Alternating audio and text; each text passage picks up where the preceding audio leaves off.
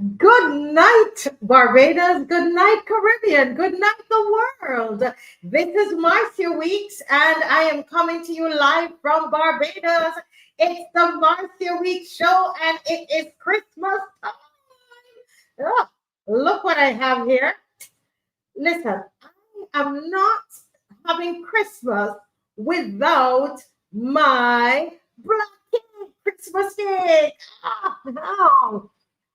And the next thing is my sorry. Mm. Listen to me. Listen to me, my people.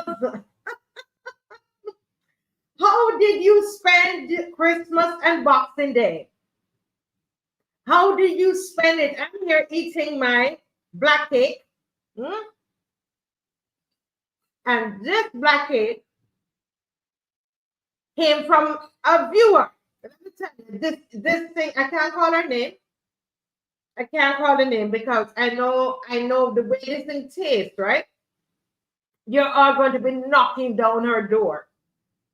But, oh, Lordy, I had to go walking. Good night, Marcia. Marcia jealous. Who jealous of me and my black cake? I'm sorry.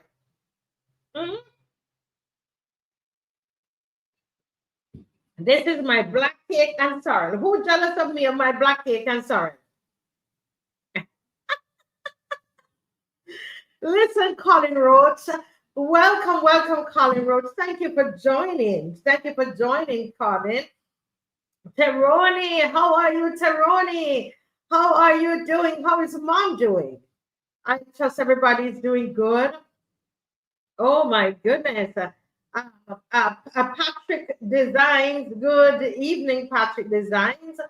Joy and Faith, good evening. And of course, Marcia, good evening. Now, listen, folks. These phone lines are going to be, well, the phone line. I only have one phone line. The phone line is going to be lit up tonight, okay? It's your night. I want you to call in. You can call in whatever hour. From 7:20 on, you can call in and you can talk about anything about the Marcia Week show. What did you enjoy this year? We're reviewing the year. Look back at the year. We had our marches, we had our roadside parliaments, we had some of everything, right? What did you enjoy? Don't get too jealous of me and my black cake, okay? Listen, this thing tastes so good. So I'm going to ask you to call in. I'm going to ask you to call in and to let me know how you spent your Christmas. Anybody had jug? Who had jug? I had one of the best tasting jug, man. And guess who made it? Who wants to guess who made the jug? Who made the jug?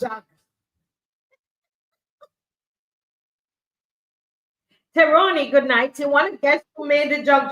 Who made the jug? Anybody can tell me? Anybody can guess who made the jug that I ate? That was so delicious. Loyal daughter made jug? Oh my God. Oh my God. Yes, so Marcia had jug. Listen, we gotta keep that. We gotta keep it going. Oh, this thing is so good. We have to keep it going, you know. We have to keep it going. We have to keep the traditions going. Listen. And Teroni said I made a jug. No, I did not. Well, I did part of it. So I did the seasoning up of the meats, the different meats. And I also did and the peas. Oh, and I got peas. I got what do you call them? Pigeon peas, Christmas peas. Another viewer grew the Christmas peas organic, I tell you, and brought me Christmas peas on Christmas Eve. I was at my house and I got Christmas peas. Oh, that viewer, I can't call names again, but I want to thank that viewer. I want to thank that viewer for bringing my Christmas peas because I did up the peas and the meats together. And then Dave came in now to do the stirring. You know I throw a mixer in that pot. You know your sister here, your big jam sister, will throw a mixer in that pot, right? And picks up that jug, but I didn't. And the jug came out delicious, delicious jug. Delicious jug. And we were thinking we're going to keep making it throughout the year because it's very, very good in terms of it's good sugar. It's good sugar. And so it's good for the body, right? The guinea corn, yes, it's has a low glycemic level, is that what they call it? And so it's good sugars. I researched it. So we can eat jug throughout the year. And it's very, very good for us. Those people who are watching your sugar content or you're worried about diabetes and so on, okay? Yes, so we cook up a hurricane. Listen, no, I am not putting down the cake. I'm putting it down to do my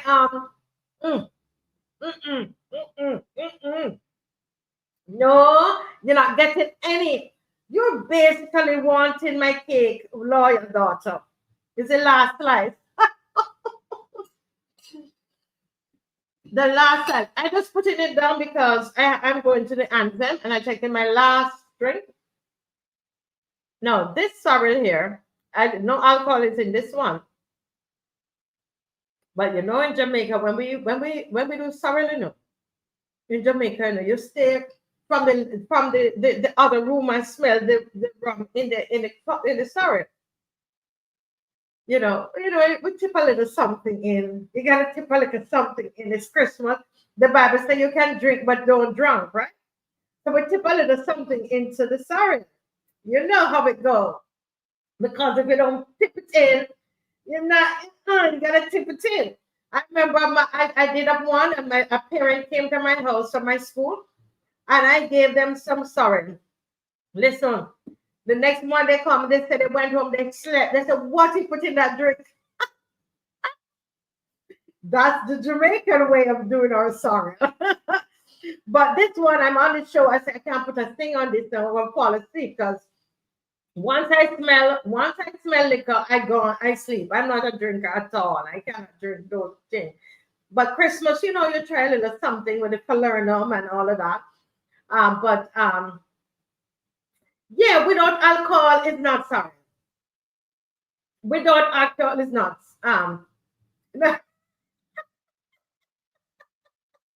Valerie, let me go to the answer. I did not put anything in this one because I knew I was coming on here and I can't fall asleep. Listen, if I take 2 sips of the alcohol, I'm like, But thank you, Celia. Thank you, Celia. But we are going to go to the anthem, and I want you to call in tonight, okay? I want you to call in tonight and to let us know how you spent your Christmas. I also want to know about how has the Marcia Week show affected your life? You know, what is it about it? Why do you log on 4 nights a week? Those of you who log on 4 nights a week, do you have any recommendations for the show? Yeah, Judy, I did not cook any ackee this time around.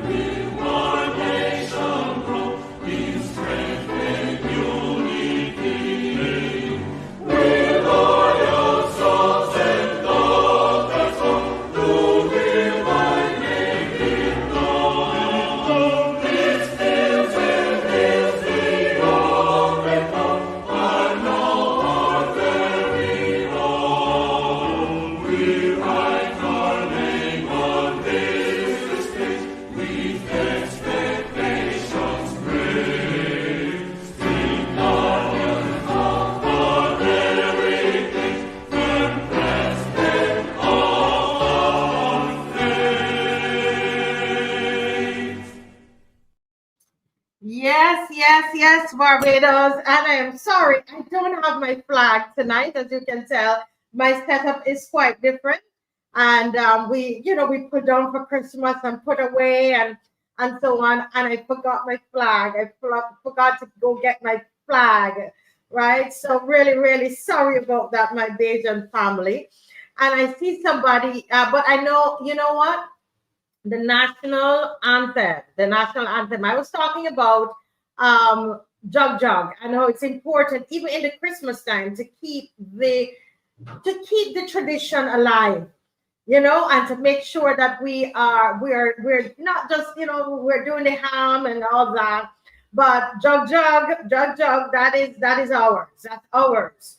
There's no other island. They might have something that is similar, but nobody else have jug. We have jug here, so we have to make sure. So all of those who did not have jug, look there, see the jug there. My husband just brought it for me. You see the jug? Who see the jug? So that goes very well with the national anthem. And I tell you, this jug, nice. And I have it with a piece of ham. No, I tell you, this ham was $40 more. We had to buy a small ham. Right? The ham that was for $68 last year was now for $100. This jug, nice. All of those come hard. Go away, you can't eat this. So I have my jug and a piece of ham, the farmer's choice ham, the expensive farmer's choice ham. Listen, come on. That's what you do. That's what you get to go foreign. You go foreign, go live. You go over and away. I heard you on the GLP program. Oops, I give it away. I heard the people, some of you from the diaspora on the GLP. Anybody watch that DLP show on Christmas Eve? Wasn't it amazing? I love that show. The DLP TV. DLP TV is doing such an awesome job on a Tuesday night. And I was putting up lights outside. And the DLP TV was on and we were listening. We didn't want it to end. So tell the DLP producers, listen, man. When you ended that thing, I said, why the ending it? Because we're cleaning. We're cleaning and putting up curtains, right? Little more this job because I will get caught up with eating this thing and don't do the show. And who is it talking about Tipsy? Who is it out there talking about Tipsy?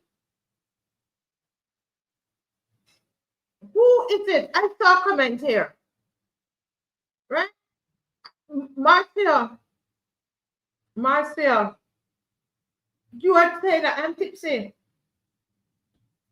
My goodness, my family. We are such a belief that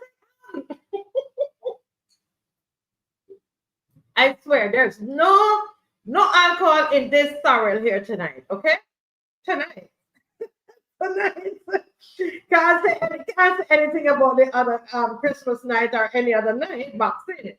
But none is here tonight. No. No. But listen, it's Christmas is a time to celebrate. I know we have different beliefs. My Walter Edie, I didn't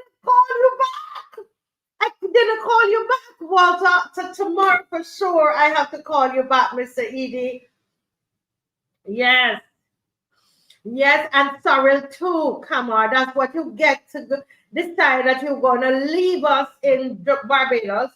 You guys you see when Christmas time comes, that's when you miss us. You want to be back here because no vibes. We don't have no vibes in America and Canada and England at Christmas. The vibes low. No Christmas vibes. Nothing. Right? New Year's, all of you drink up. But you see, Christmas, that is, man, you got to come home for that. Yes, yes, that's so true. A lot of people, we only line out the truth is, we had the children here, we would buy two hams, two small hams. Right? So we'll buy one at Christmas and one at New Year's. We weren't able to do that this time around. We did not. And the ham was tiny, so for $100 or 100 and something that we would have paid $40 less or last year. Yeah. Yes, Johnny, the vibes in the big.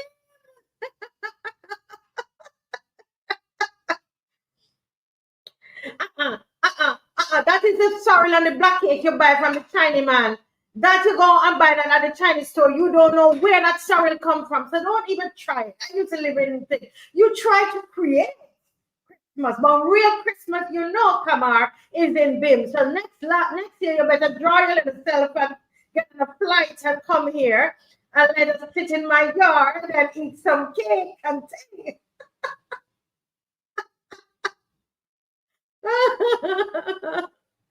Oh my goodness. Oh goodness, goodness. Well, you know what? In 2 minutes, we're gonna have Mr. Delroy is gonna join us, but I just want to say that I want to just big up my Bajan family. I'm eating that jug because somebody brought me the peas from their garden. Somebody bake a cake. Let me rub it in Kamar face. This is real black cake there. Them kind of thing. First of all, you don't even have brown sugar. The brown sugar you have is brown and they put on it in New York. Don't try and tell me nothing because it's not no real. You Kamar and you BI and all of you don't have no real black cake because they have to use white sugar. Please, unless it's not real brown sugar. You don't have the real ingredients. This is the real deal here that my viewer make this cake for me. That taste, I'm telling you, was the most delicious black cake. I didn't bother to bake because when you taste this, when you go black, you don't go back. As they say, when you taste this black cake, you don't need mine. but no, man. Seriously. So let me just take a last one of this and I done. Right? But that was by a viewer. A viewer is who gave me that, you know. And I just want to say that this my Barbadian family, the love is real, the love is strong, and we are one. It seems like I'm real tipsy tonight for it. I'm rapping and everything.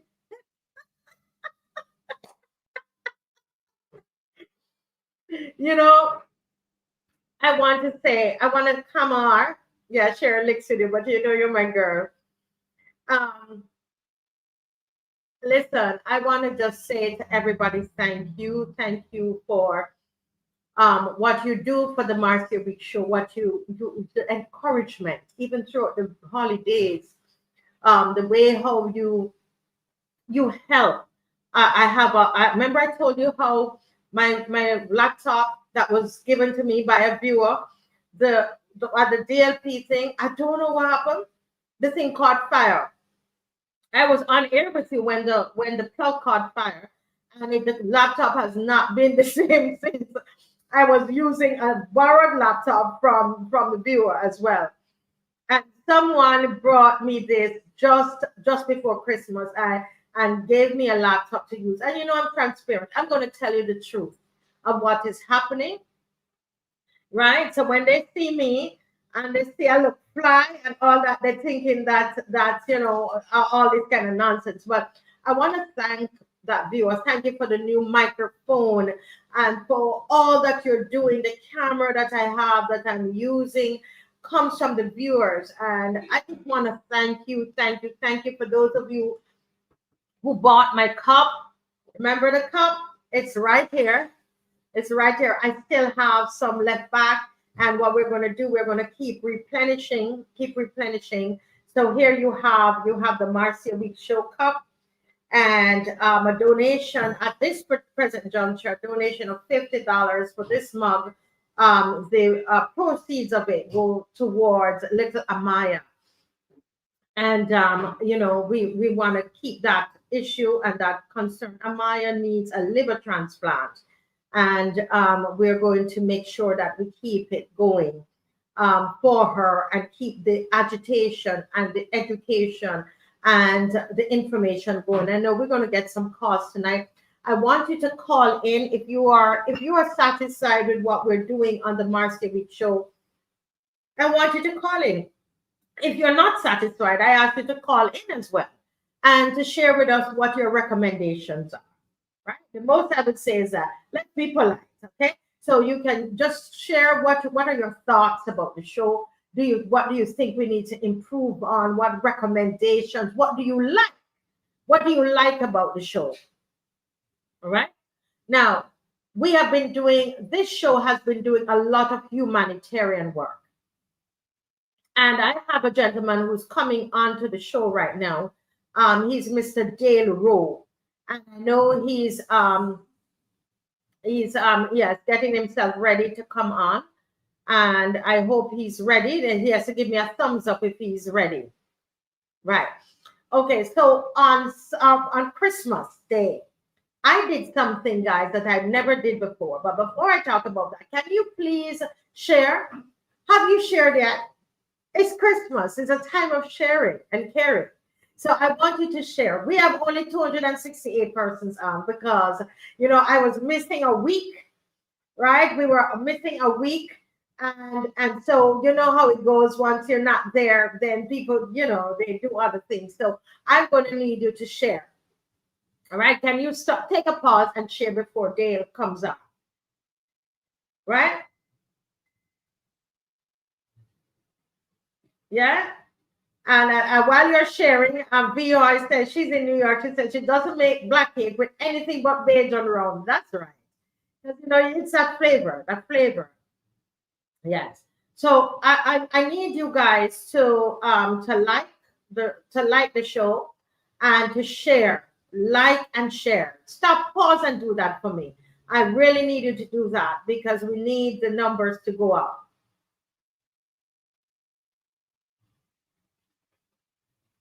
Yes, so do that for me. But I am smiling tonight because I had the time of my life on Christmas morning. We left our home after 9. We were late. And we went to join Dale Rowe. And we went in the city. We went to some of my favorite places, of course, Nelson Street and also Wellington Street and some other places. I don't remember all the names, right? This thing, people, I want to thank the loyal opposition. Please listen to me. Viewers, some of you joining, you don't know you're the loyal opposition. You all gave yourself that name. Viewers of the Marcia Week show, loyal opposition. Come on, take a bow. We have partnered with Dale Rowe, and let me tell you, this is I don't know if he wants us to continue, but I feel this is a partnership all the way for life because it was amazing. Anybody was out there. See, Angela said she almost shed a tear. This is guys, we're talking about nothing other than the donation of the gifts. We are talking about the toy drive, the Christmas toy drive by Dale Rowe. Dale Rowe, good night. I'm still on a high, my brother. Good night, everyone. Good night, Marcia. Yes. So I am still on a high from that. You saw how happy I was, right? Yes, please. Welcome to the Marcia Week show again, Dale. Thank you very much. Oh gosh, listen, this was, folks, you would have had to be out there to experience this. Dale, I don't even know what to do in terms of this interview, where to start with it, sir, because you've impacted my life in such an amazing way. Sir, what are your thoughts about what happened on Christmas Day? I call it Sunday because it was such a happy day on Christmas Day. All right. Good evening, everyone. Marcia, first off, I just want to say thank you to you, your husband, and also Kathy Weeks.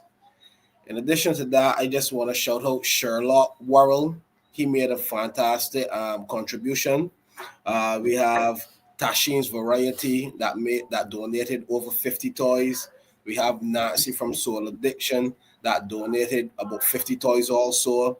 We have Diana Dash Toy Shop that made donations. We have Kevin Kerwin from Saul Warrens that would have given us the opportunity to set up one of the bins there. We also have Abdul from Bax's Road that made a small contribution. We have the city branch, which consists of Kevin Gibbs, Samantha Kane, Tarentia. We also have Julia Agar. Those are the persons from the city branch that made this also a success. Which is a branch? Is that a business? That's the DLP city branch. Okay. The DLP city branch. Okay. The DLP city branch. Kevin Gibbs, Samantha, Tarentia, and also Julia Airguard. The skaters that came out and support us, David and Katrina, they would have organized the skaters and also the characters. We also have the social media influencers like the Tione Hernandez, DJ Regular, Plug, Versiwell, and also Pizza Man Dot made a donation, and Petty Spice that is located on Pelican and also Nelson Street. So those are the persons that made this successful. I just want to say thank you to every Barbadian that contributed. Most definitely. There's a name that I know that he bought up a lot of paper, and his name is I can't say his last name because he didn't give me permission, because he's a quiet donor. It's Kevin. His name is Kevin. And I don't know if he's listening. Kevin, he's from the loyal opposition. He watches as well, but he was there, doing the working with Kathy, and so we were right. We want to big him up as well, because he's a guy that donates, but he does it. And of course, all those that donated the stuffed toys and those who are watching the program, and you gave money to buy gifts, or you bought gifts and brought it to Caswell Franklin's Union. And we want to big up Mr. Franklin as well. Yes. Caswell Franklin. We want to say a big thank you, because he allowed us, at least we did some of the packaging of the stores at his location. So we want to big him up. But listen, so what was going through your mind that morning? Honestly, right, I was so nervous because that was the first time executing anything like this. Yes. Before we moved off, no one didn't see, but tears came to my eye that we are actually in this airplane and it's about to take off. When we went through that gap, Marcia, and the drums fired up by Cavill and the drummers. Yeah. And then we had the full team, everybody that was on board. When the drums fired up, it woke everyone up. The children ran out. It was an amazing feeling. It is true. I saw the children running out. They were running from the gaps and running. I saw that you were emotional, because I know I would be, especially having grown up in a setting like that. And I remember you saying that this is something, your mother said to you, that she believed you would make a good politician. And this is the kind of politics I like. Once I would not even come out with you because you're a politician. But I see, what I felt out there, and I told you this, I felt your heart. I honestly did. It didn't feel like you did not the way you presented yourself, and others out there could feel free to call in. I would love for Angela Eunice Knight to call in, because she was out there, and I don't know. I know, she might kill me, but she is a giver and would have given a lot of presents. Angela, nobody can kill you for giving presents to the children. Angela, this woman, if I call on her, she, for anything like that to give back, she's not involved in a whole lot of the politics, but Angela Eunice Knight is a giver. I would like Angela to call in the number and to talk about how she felt being up there. But for me, I felt that, your heart was there. It didn't feel at all like politics, to the point where people were asking for Corey Lane. Where is the minister? They thought this was something by the government. Yeah. This is how well planned this thing was and how it was executed and the vibe that was there and the thought. The thought. I liked it a lot. And, you hearing the chook band, you see the Mother Sally, she was dancing a little. It wasn't vulgar or anything. And actually, the Mother Sally, young lady, is someone that was part of a program that I did. And she came up and introduced herself to me years ago. I didn't know. So we're going to interview her on the show, But, Dale, I loved your spirit. I loved the purity of the gift. Yes, you're a politician, but honestly, that's not what I felt. And I'm able to smell things out a mile away, right? When something not real, you're like, Yeah. But no, man, I felt that. I felt that, and I had my moments of wanting to cry. And why? I know I'm talking a lot because I'm thinking of myself as a child, Dale. And I told you that I came up in those communities, and many times I did not get a toy at Christmas. I did not get any gifts. The most my mother would make a new dress from her material she had at home, right? This is the one here. He got the thing, and look at him. He put it on his face. You see that? I'm peeping through. Yeah.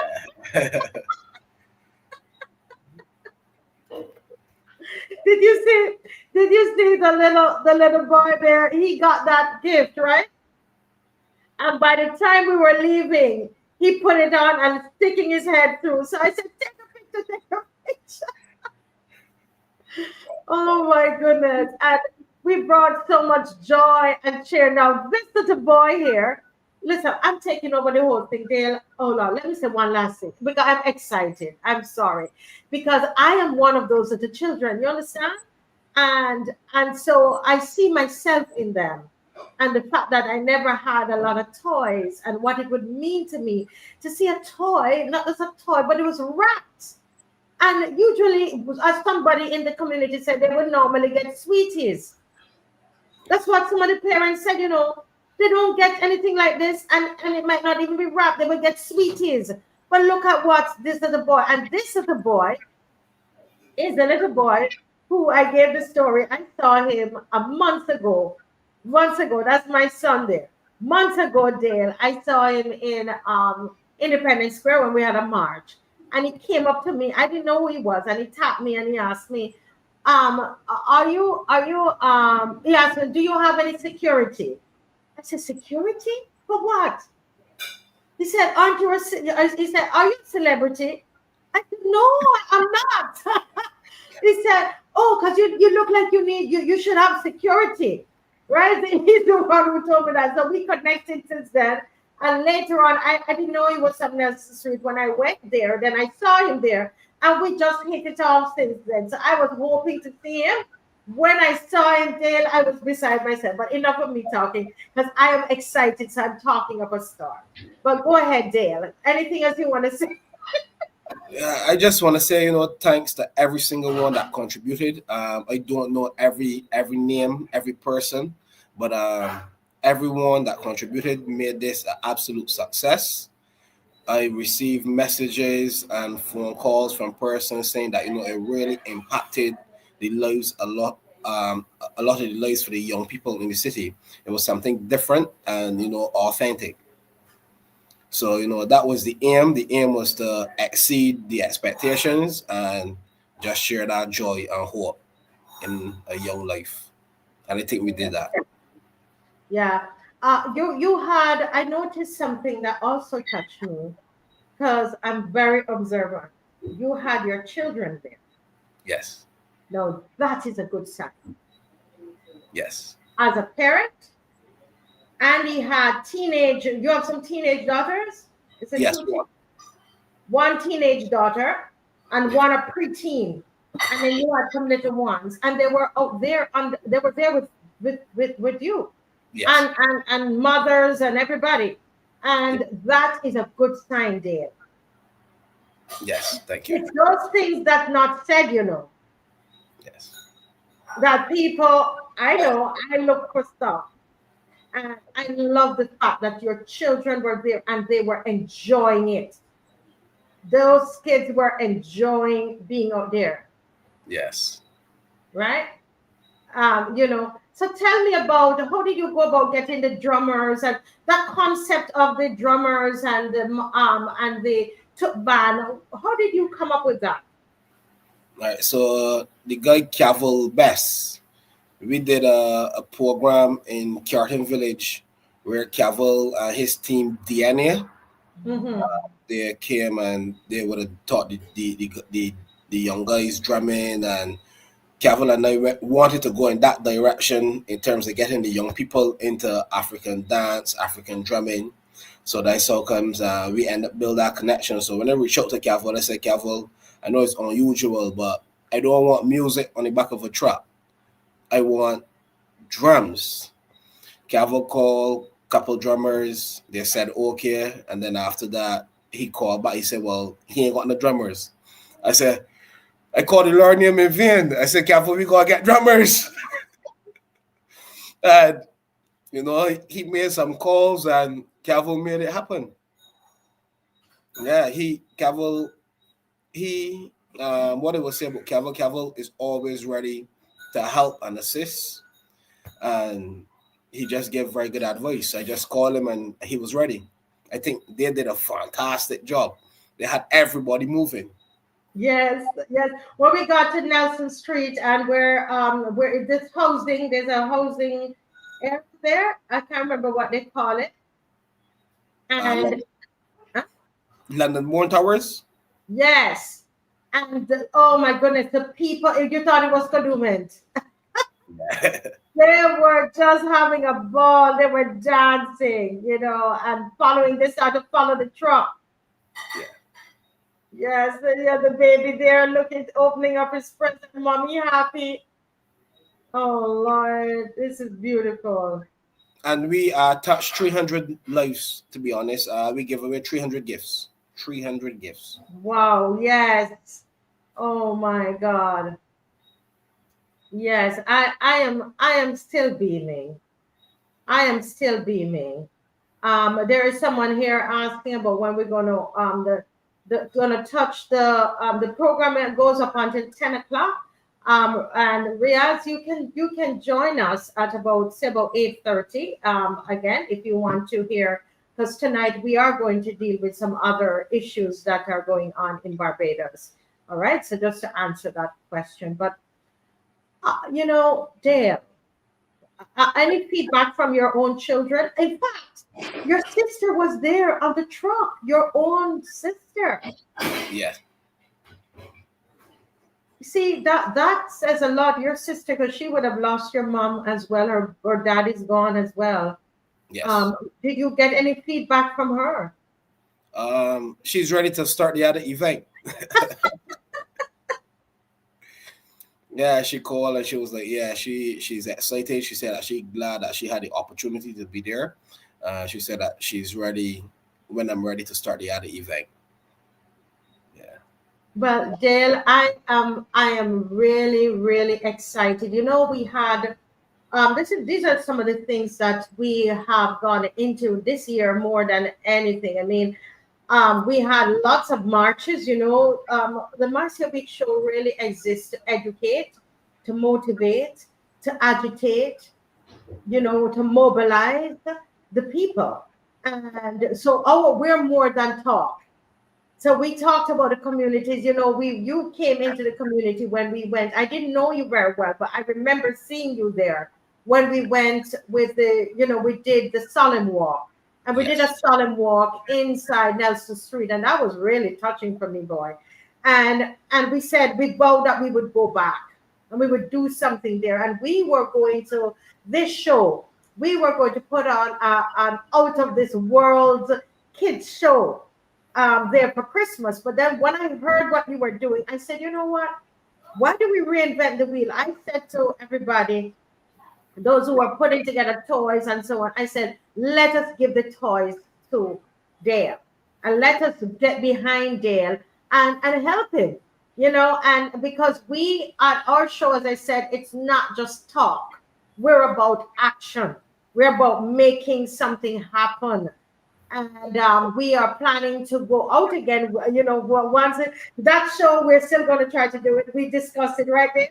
Yes, please. Show you the area. And what are your thoughts about what I shared with you? I'm ready because I already started to make some plans of my own in my head, and I have some stuff to pitch at you, and I think we're gonna knock it out the park for sure. Yes, we will. And the thing is, this show that we're planning, Angela, and you know what? Some of these people there, I know that they will come on board and help us. And you have what I notice about you as well. See, it's the things that you don't say to me, and I notice you are someone of vision. You know why? You knew exactly what you wanted to happen on that day. I saw you. You were directing the thing. You knew what you wanted from the time we got there till it was finished. That is leadership. And somebody said on here that I kept my word, because I did say that we're going to support you instead of doing that event there. Now, because honestly, Dale, that is what I like. I like people that are of their word. I like action people. I can't stand a whole lot of talk and talk and talk, and you never produce anything. People want to be MPs and they never produce anything. They never put together anything. I saw you there as a leader, and I felt comfortable because you knew exactly what you're doing. And I shared the idea. I said, you know what, I go and say, this man is a visionary. I'm going to show him the area that I have in mind, and it's actually where the houses got burned down. Yeah. Right? It's where the houses, where it's that spot, folks, where you remember, I don't know if anybody remember, I did a live when the houses got burned, and the Marcia Week show was the first media, any form of media that got to go inside where the fire was.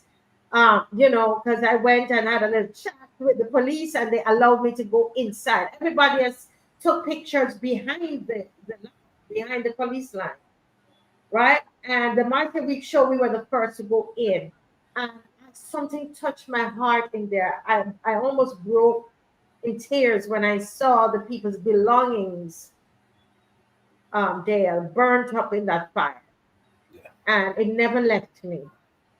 And on that, there's a house there on that platform or foundation.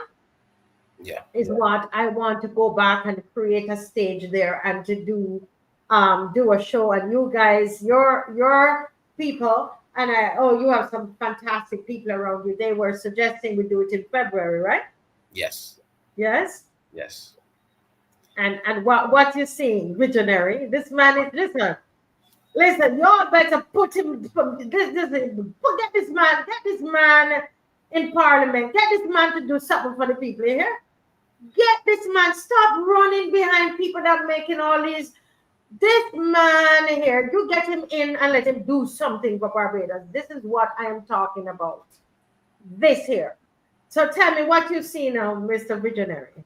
Honestly, when you show the spot where the foundation is still good, I mean, you said about the stage and the lights, I immediately saw something different, and I know once we execute it correct, Yes. they will talk about the Marcia Week show and Praise Academy for a very long time, because with the production and the lighting, so anything that is ruined with that rustic look, once you put the right lighting, and then we have the production so smooth, I think we're gonna, Marcia, that idea is a fantastic idea.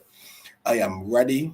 The team is ready, and I think for February, for the Black History Month, I think that is a very good time for Yes. you and the Marcia Week Show to launch it. Yes, yes. So we're going to do that, and we're going to need your help. We're going to, involve Praise Academy, bring all those other children there, and they put on, I mean, an amazing show with beautiful costumes. What the idea is to give those children in that community an excellent Broadway style production is what we're bringing inside of there. And I see horses. I see live horses, like real horses. The children have the best rides, the best of everything. We just love on those children. There's a little boy, I must tell you, he's 12 years old. How are we doing with time? He's 12 years old, and he said to me, he said he wanted a gift, and they had no more for 12-year-olds. And he was really sad. And he came up to me and said, Mom, I'm having a very bad Christmas day. And I took the information down, and with my little son that is inside there, I call him my son now.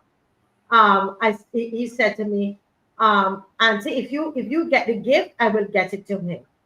So I want to talk to you about that, because he told me as 12 years old to let me know.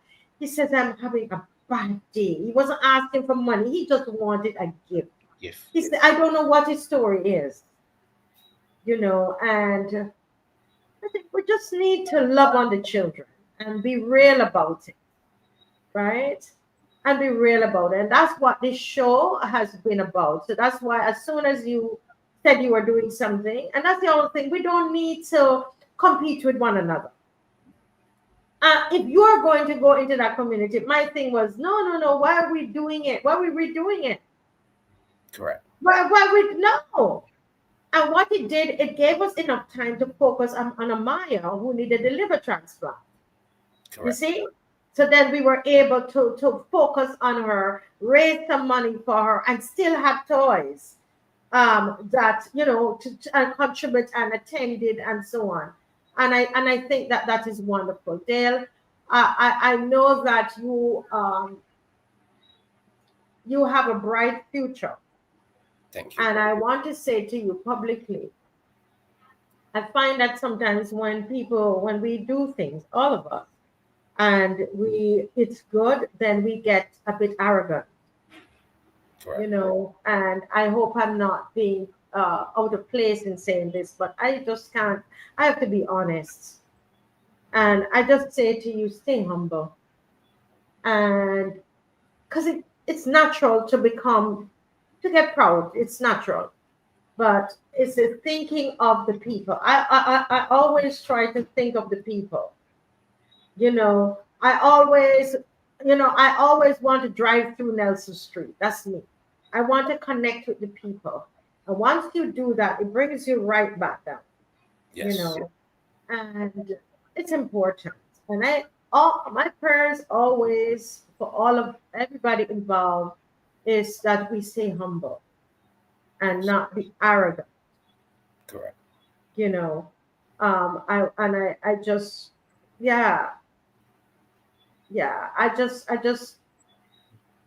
your sister, I saw the determination and the commitment in her, and I saw twice when you almost cried. I saw it.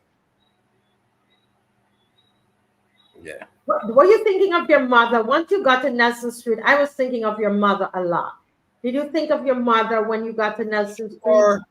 Yeah, it was definitely because all I was saying, like, I think this is something that if she had the opportunity, I think she would have done it better than I did. Yeah.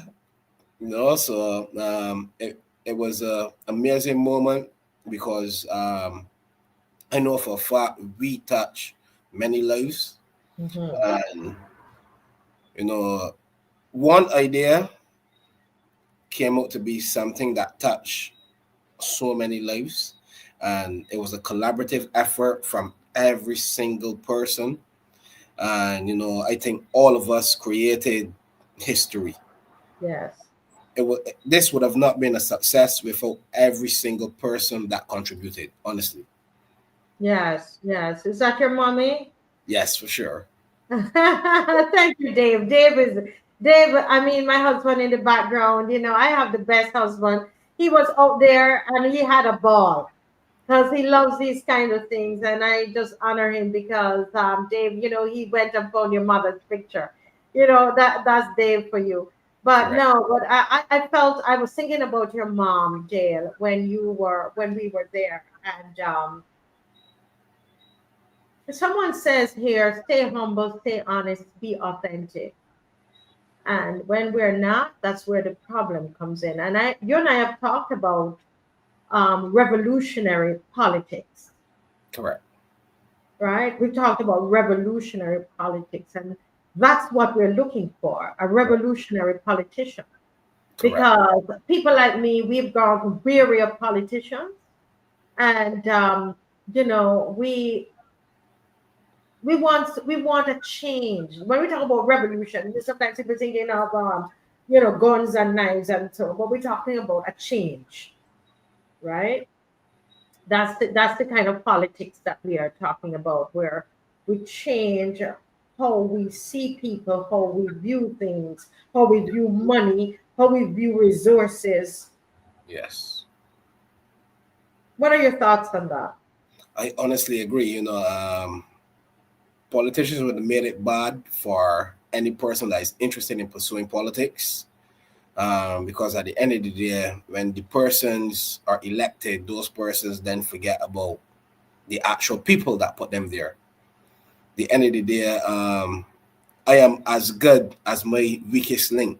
And we as politicians, we as lawyers, doctors, captain of football team, we have to remember our team because we would not get nowhere without our team.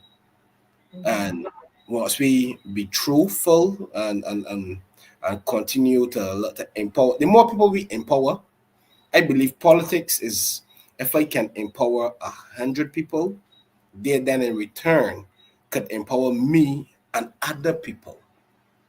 I can't only be benefiting my whole team, everyone, because for me, I would like that we can put a difference, make a difference when it comes to politics. And when people hear, oh, a politician, oh, he's a trickster, he's a liar, he's no. I would like know that we could make that difference, and it start with the man in the mirror. So for me, I am gonna consistently be in the road. I am consistently gonna be executing with my team. We already Mhm. planning a meeting on Sunday. So this Sunday Mm. we have a meeting because we come in every single month. We're gonna be doing something to empower the people. Because the end of the day, people is what we need. People is our only resource, and we have to cherish the most important thing, which is lives. People.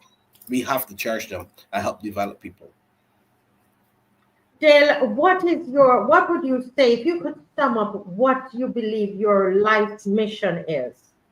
Your life's mission, whether you were a politician, if you're a business, because I know you're also a businessman, what is your life's mission? My life mission, I honestly believe my life mission is to empower and tear, you know, young people and Barbadians' lives to another level in terms of how we view people, how we see people. I don't judge people based on how they look. I am Christ minded, meaning that I love every human being that comes before me, and I will try to empower everyone, whoever I get in contact with. And my life mission is to make this world a better place for you and I. Hmm, hmm. My life And mission is not money. Money is not. My life mission is love. I get up in the morning and I do gratitude. I be grateful for the things that I have. I have my children also writing every morning 20 things they're grateful for because something simple as the trees we take for granted. The trees give us oxygen, that's how we breathe. The trees give us fruits, that's how we eat. So we never stop and say, you know what, I'm glad for these trees. We will get drunk and we go at the side of the road and we urinate on a tree. We cut down trees. So for me, I'm grateful for everything. I'm grateful for everyone. So that's why as soon as we started, I started to list the people that, contributed, because I had the idea, I shared it with the world, and then the world came together and we executed. Yes. So it was not me, it was that was supposed to happen because that was written in the book of life. The book of life, Christmas Day, all of us were supposed to be there because that brought joy and that made people have hope for life. Yes. Yes. So, Yes. I know my life journey is not just politics. Is my life journey is to empower people. Like the great Arab Barrow. As a result of Arab Barrow, the right excellent Arab Barrow, I went to school, and many other Barbadians would have went to school. So when I leave this earth, I want that people say, "Yo, Mr. Roar, Dale Roar, this is what he did," and it helped my grandchildren, great grands, and whomever else. So just to empower the whole of Barbados, I would love to empower the world. I would love that everybody in the entire world know, this guy and his team made a drastic change to humanity. Yes. Yes. Yes. Dale, I want to say to you that if you can stay true to that, nobody is looking for anybody who's perfect, because we know no one is perfect. But if you have that, somebody has your mission, your vision, your purpose, it's clear. When you have a clear mission and a clear vision and a clear purpose, we can see it. Yes. And people will be attracted to you. People will come to help you. That's why you have so many people out there helping you. You had a big team of people from all walks of life. They were out there and they were helping you, Dale, to carry this vision to fruition. They were not helping politics. They were helping a vision to empower the neighborhood. And actually that is something that I believe that, we have a program. There's a program that we have that is called Elevated for Learning, that I want to talk to you about. We started it on the show. And this is something that, that we would like to be able to do to bring to the community. I think it will be very, very important, and you wouldn't have to do anything more than just to facilitate it, because you have other projects. But Elevated for Learning, we're gonna Sonia is going. The person is gonna come on tonight and talk about it. But it is one of our something that got started on this show. Yes. And so this is something that I believe that we can transform Nelson Street and Wellington Street. We take hold of those children, and because I was one of those children. Yes. And it is Dale, it was God and education in that order. I don't know nothing more. God and education that got me out of that situation. Correct. God and education. And we can't leave that out. We can't leave out the Sunday school. We can't leave out God, because we can't transform. But that little boy in there that I say is my son, anything can happen to me inside him, but God, right? Except for God, right? Right. And his goodness. So I have a call here coming through. Let me just see if they have something to say to you, and then we're going to 1 second. Hi, good night. Yes, this is Sunshine.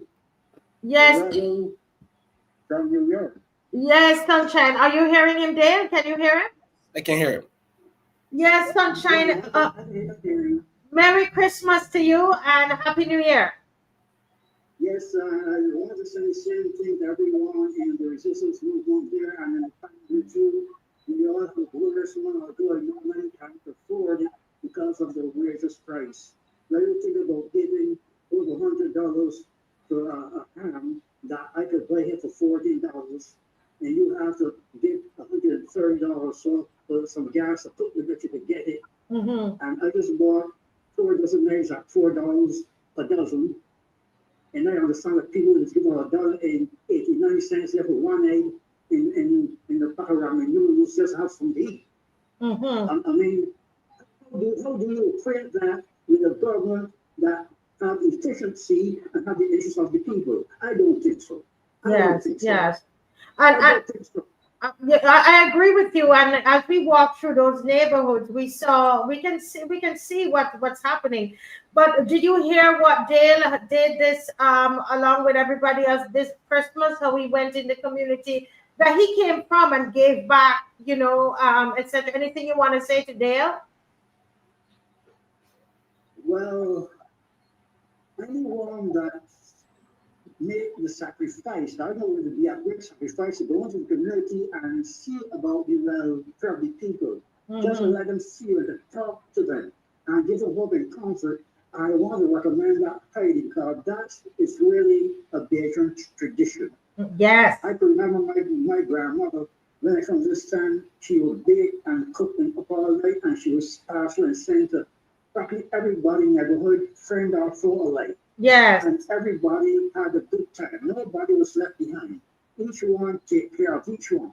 Yes. But now we see we have a culture that has been put on Barbados where everyone eats everyone. Yes. Nobody Yes. cares about. You imagine the amount of murders in Barbados and so on that we have never heard of, and it's not being addressed. But then have we heard that our Prime Minister is praising and giving adulation to a non-dictator who eliminated his enemies, who eliminated his opposition? Well, what is that? If somebody is inside the bank robbing it, and then outside when they get to their car, and the same person that inside robbing the bank.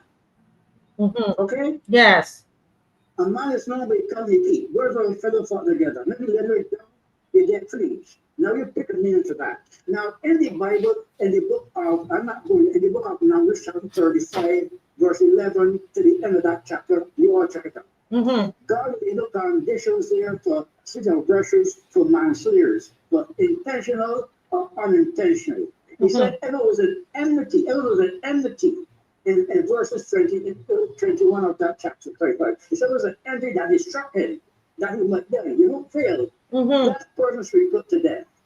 And as he tried to flee his reverend, anybody that caught him could put him to death. Yes. Okay? So God then said to glorify the intentional murder. He said the avenger had to seek him out and put him to death. And anyone who caught him on the way, he must die if he had enmity. So when our Prime Minister or any head of state deliberately plot to destroy their political opposition, anybody who speak against them, then that was an enmity, and God said that's willful murder.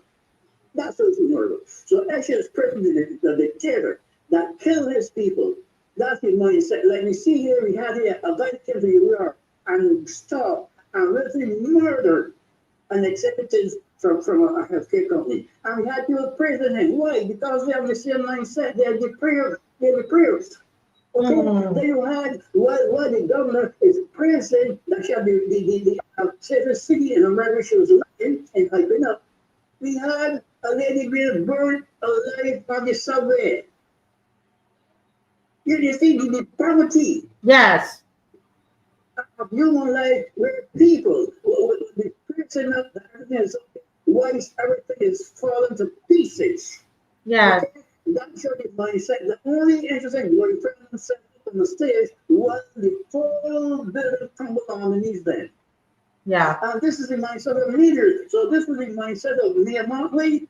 If she is praising a man who plotted to kill his people, because there was a poor to him, then she had the same mindset, and hence the cybercrime bill. Wow. That's why the cybercrime bill, that they could take control, and anybody who said anything, we could put them in jail. We can eliminate them.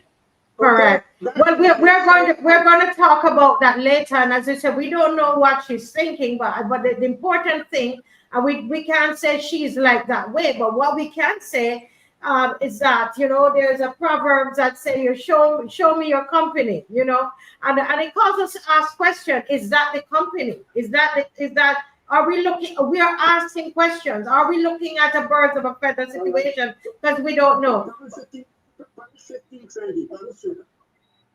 Okay? Yeah. So much now they come to keep. Yes. But it said that if you walk with the wise, you'll be wise. Everybody is supposed to be foolish. Yes. Okay? Yes. So now you're not on the right side or on the wrong side. You're not taking the right advice or take the wrong advice. Yes. If she did glorify him, that the mindset, the same as we see Bunyan is on the way out, decided to burn down the barn before he leaves the fire. So burn all the hardened criminals, you understand, that should not be fired, that did horrendous crime that should never have the fire. So this is the mindset. You burn down the barn before you leave the farm. Yeah. Now, Well, she's going to lose the next election. Well, Sunshine, I tell you, I thank you so much for your comments, and I hope you will be listening as we go through tonight, and because we're going to talk about that in depth a little later, and feel free to call back. But we're going to move into another segment, but some very important points that you are making. And when you speak, we listen. So thank you so much for asking those questions, because we don't know what her mindset is. We're just asking questions. Let me see. I'm electrical. A picture paints 1,000 words. Okay? But the video is conclusive. Okay? Mm-hmm. And the Bible said, out of the abundance of the heart, the mouth speaks. I'm judging by that. Yes. So if I see somebody murder somebody in the street and I praise them for murdering a person, I am saying that it's okay to do that. I would do it myself because I have the same mindset. Because I speak in favor of the criminal rather than against the criminal. So I'm just laying that wisdom up there. Let me say something else.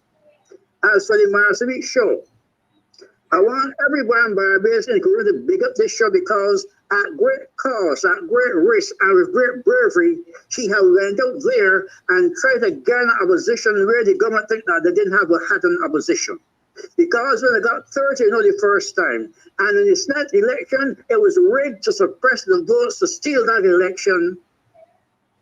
And she think there will be no opposition. No, we, the people, are the opposition, and we will not be silent. Yes. And your show is leading the way, and big it up, and keep it up, because truth cannot be hid when put upon a mountain.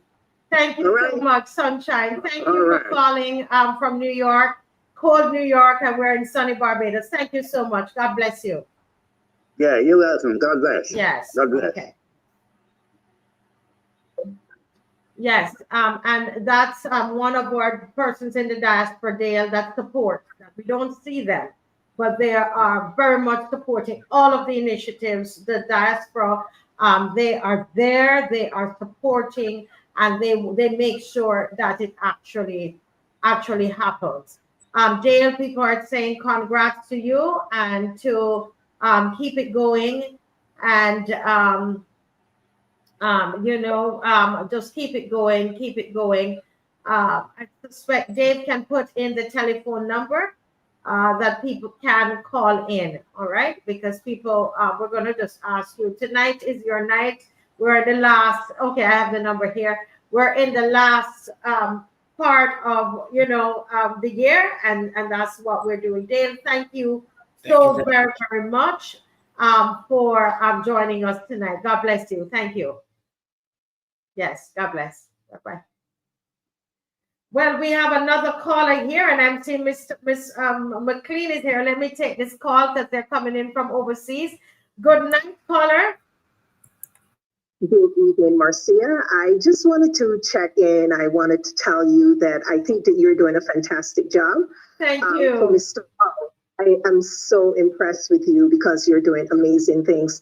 So Marcia, I just wanted to, reflect on something that you did earlier this year. I think it was about 2 weeks ago. You did something for Amaya. Yes, I want to say that I keep saying this, and I want to say that the difference between the rich and the poor is actually money and poverty. Mm-hmm. Some person mentioned in the chat earlier tonight that money is just a tool. Money is not just a tool. Money is the thing that would help save Amaya's life. So I just want to say that I firmly believe that if Amaya belonged to some person who was wealthy, some person who had money in Barbados, if she belonged to a politician, we would not be having this conversation. She would definitely get the help that she needs. Mm-hmm. And so what I'm asking all Barbadians, right? Every person who's listening to this show at this moment, I read in the chat, I think it was about 2 weeks ago, where some person said, oh, I don't have money. If I had money, I would give. This is not against what Mr. Rowe did. He did a fantastic job, but think about that. People went out and they contributed over 300 toys. How can each Barbadian help Amaya? Each Barbadian can say, you know what, there are 5 people in my family. I'm going to donate $5 for each person in my family. I'm going to donate $10, and they can help Amaya in that way. Right? So this is our child, right? When I saw her, I was in Barbados at the time, and I came and I saw her. She's very, very tiny. Mm-hmm. And when I saw her, my heart broke because she's so tiny that if we don't help her, this child might pass away, and we cannot afford that. We cannot think that we should wait on government to help us, right? We have to stop with that mindset. The same way Mr. Rowe got up and said, you know what, I'm going to go to Nelson Street and I'm going to help the people in this area, and I'm going to help the kids in this area. Is the same way that we have to get up and just do what we have to do to help save this child's life. So again, Marcy, I'm going to pledge to you, I'm going to donate, you know, and I'm going to help all the way with this family. And I'm asking every Barbadian who is listening, you know, give something, do something, because we have to save this child's life. You know, we can't sit down and wait for anybody to do it. Yes, and I know, you know, Valerie, I just want to, oops, I call your name, oh boy, but you know what? Totally okay. That's totally okay. But I just want to say, because your name came up on the thing, I just want to say to you that when you came, Miss McLean, good night, you're here. We're giving way to the callers as well. Good evening. Yes, good evening. And you were at the event with this little girl. And when Valerie came, and I saw Valerie traveled, I think she came in the day before the event from New York. And she, you know, Valerie, don't get upset for me to say this, but I think it's important because you talked about everybody doing something. And Valerie went and shopped for this little girl. And I know she might be upset with me saying it, but I'm doing it for a reason. Because Miss McLean, it takes all of us. She had never met this child, but she's Barbadian. And Valerie's in New York. She saw it on this Marcia Week show. She came to Barbados. Right, Valerie? You saw it on the show, right? Yes. I saw it on the show. Actually, I think that what you did was that you put it out a lot. You actually put it in emails, you put it in chats, you did everything you were supposed to do. And so what I did, you know, after you said it, I think the first time you said it, you know, you said this is what this family needs. And I just started doing what I had to do, you know, and I think that, you know, people will say, oh, well, she's in New York. New York is just as expensive or more expensive than Barbados, right? Things aren't cheap here as people like to think. What I was thinking about, this is a family that needs us, you know what I mean? And we have to help. I have to help. I have to do something to help this family. You know, over the holidays, to be transparent, I didn't do anything for myself. I didn't go and buy a turkey or a ham or anything. I didn't have the black cake, Marcy, and I didn't have the sorrel. I didn't do none of that. And the first thing that I was thinking about, did this family have a meal? Did they eat? You know what I mean? Because that was important to me, you know. And so for me, you know, I am pledging to help do what I have to do for this family. And I'm not going to use excuses. Well, I have rent to pay. I have bills to pay. I'm not going to do none of that, right? Because that's not what generosity is. Generosity is that lady that we see in the Bible, that when she went to the church and she was given money, she closed her hand and she gave what she had, and it was all that she had. That is what generosity is. And if we can get up and we can go downtown and we can have a party and breakfast and we can wear white and we can buy our expensive handbags, this is a child, right? Today it is for this family, but tomorrow it's going to be somebody else's child. And because we do not have a lot of children in Barbados with these types of issues, it means we have to step up. We have to step up. And so when Mr. Rowe becomes a politician, I hope at some point he brings a pediatric wing to QEH, because we need that, right? But right now the people have to step up and help this child. Nobody else is going to do it. Politicians have not done it, you know, and we, the people of Barbados, we're going to have to do it and save this child's life. Yes. I agree. You know, caller, I just want to say something before you go. That I remember even after you were leaving you were leaving the following day, and I think it Yes. was that time we spoke, or when you got back to New York, and we just both broke down crying on the call. I was so Yeah. affected because you're in the health field, and you said to me, Marcia, do you all realize this is an emergency? I remember calling Yes. Miss McLean after that call, and you said to me, Marcia, this is an emergency. Does Barbados understand this child Yeah. needs help like last year? She Yes. is in the end Yes. stages. Yeah. Yes. Yes. She needs it. And again, for those who think that money is not important, get up tomorrow when you have no food and tell me that money is not important. If you call it a tool, money is the most important tool we have right now. It is the difference between this child's life. It is what she needs to have that surgery, right? And so I am asking, I am begging each Barbadian who's on the show tonight and everyone who's listening, all you have to do is give $5, right? You can give $5. You can reach out to Marcia. She can tell you where the account is, and you can send the money. I am asking my friends here to give a donation so that we can help this child, right? I was really, like when I saw her, I started to cry because she is so tiny and so fragile, and we cannot let this girl pass away on our watch. We cannot allow that. We should. Yeah, I think we lost her there. Yes. Yes, Marcy, I can hear you. Yes. Valerie. Yeah, so that's all I wanted to talk about. I just want to highlight that because I think that, over the year, I would say the last year, you've done an amazing job. I think that you've done a lot of charitable events in Barbados. I think that you have an amazing team who assists, and so we the people just got to step up. Right? We got to stop complaining. All the talk and no action. We have to stop with that. We have to do something.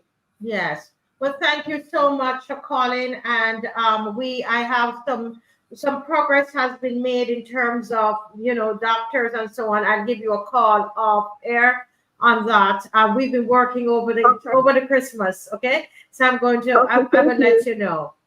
Yeah. Okay, thank you. Have a good night. Yes, good night. Miss McLean, good night. You heard the heart from that caller. Good night, ma'am. How are you doing? I am doing all right. I am heartened by what I've heard and seen. I was watching the show from the beginning, and I remember when your last caller came into the room, I think on the evening that you had the event for Amaya. And I really want to say to Dale, because I watched and I've seen him, I've heard him, observed him before. And I want to say thank you to him, because that is the kind of initiative that demonstrates somebody who understands and empathizes. And so I'm happy to see that. But let me say Merry Christmas. I believe in the 12 days of Christmas, so the Merry Christmas, blessed Christmas season to the loyal opposition and to all persons who watch this show. I really am happy to see that you're getting a chance to reflect and also to hear from callers their thoughts on what this show means to them and what it has meant to them over the last calendar year and beyond that. So, and let me say, Marcy, you did, sure enough, I got a gallon of sorrow right here. So, but I tell you, I know there is nothing in mine. Can you say the same? Well, I can say this. I put something in mine because I bought mine from a friend as part of a fundraiser for her church. So I put mine in just now. Good, and it's looking lovely. They look lovely. Looking lovely. I'm seeing Mr. Murray here, and Mr. Murray, we're here. I'm sure you would have heard the caller before. But I just want to first of all say in person, almost in person, Merry Christmas. We're still in the season. Happy New Year, sir, and welcome again to the Marcy Week Show. Thank you. Good night, and as I was taught in school, it says, both of you, Maxine, and all the viewers and listeners, likewise the same unto you. All right, sir. Thank you. Proper. Likewise, the same unto you. Right. That's the way I respond. I heard that in school, so it has never left. It's always stuck in my mind. So whenever I get a chance to use it, I like to perpetuate. Likewise, the same unto you. Very elegant. Yeah, but Mr. Murray, I mean, we're in the season of giving and so on. And we're going to talk about there's a program that we started on the show called Elevate. You were on the show as well, Elevated, right. And we are down for learning to it. But before we even go to that program, what are your thoughts about our member of the diaspora who called about Amaya? What's going through your mind, sir? I know you have given to this cause. What's going through your mind? I think she seems to be a natural giver. It's not the first time I've heard a call. It's not the first indication I've had of her contribution in one form or another. But she's making a very important call. If many more people put their tithe into the pool, it can amplify into a meaningful sum. And that we should not be looking at each other do it, but do your part that you can, and encourage those around you to do the same, and we will get there. I'm glad to say here that some progress is being made, because I hope progress is being made from the government side, because I'm sure Maxine knows of the health fund administered by the Ministry of Health, that once the procedure can be done in Barbados, they will finance most, if not all, that goes abroad. So I hope they kick it in the way they should. Yes, but I see a lot of PR happening for the QEH. Every day, PR, but PR is not deed. PR is about saying it. I want to see somebody doing it. I'd rather hear well done than very well or often said. That's the way I see my life. Yes, and I think one of the things that I realized through Valerie, sometimes, Ms. McLean, you can be in something and it takes somebody from outside to looking in to be able to say, hold a minute, this is an emergency. And she's in the health field. And, she said to me, Marcia, this is a real emergency. And what I actually did, Mr. Murray, I went and researched the illness. And it is an end-stage disease. And so my call, I know that there are doctors that are working really hard at the QEH, but we really and sincerely are asking them to really move the process. Can we move up the red tape and the bureaucracy, please? Can we see this as an emergency? Can we see this as our own child? I was speaking to a doctor, I told you, Ms. McLean, who said to me that, Marcia, she said, the truth is all you can do is pray, because the QEH, it's low. And she said to me, there was one gentleman that she knew of who got it, and it was a very wealthy man, very, very wealthy man. He's passed now, so I can say his name, Melnick, very wealthy. I knew Mr. Melnick personally, Eugene Melnick. Eugene Melnick, and he had a liver transplant, and he was able to pay for it. And even in paying for it, Mr. Murray, she taught. I mean, it was so difficult. She said, Marcia, this is a tough one. She told me, because I was calling different doctors, private doctors, to see what they can do to help. And she says the worst thing you can do now is try to take that out of the QEH. You have to keep it in there, keep the situation in there. But we need to pray that they move quickly. My question, Marcia, was: are other people in the same involved? Are they seeing it as urgent and as an emergency as you are, and how Valerie said? Are they just seeing it as another case? That's the question. That is what hit me when she said it to me. Because when I did hug the child, she felt a bit more frail or frailer. I don't know if that's the word. More frail? More frail, But frailer, More, more frail more than friend, more friend. before. more free. But More I frail. felt that, and I was wondering to myself, and then Valerie is who, you know, she said, Marcia, this is very, very serious.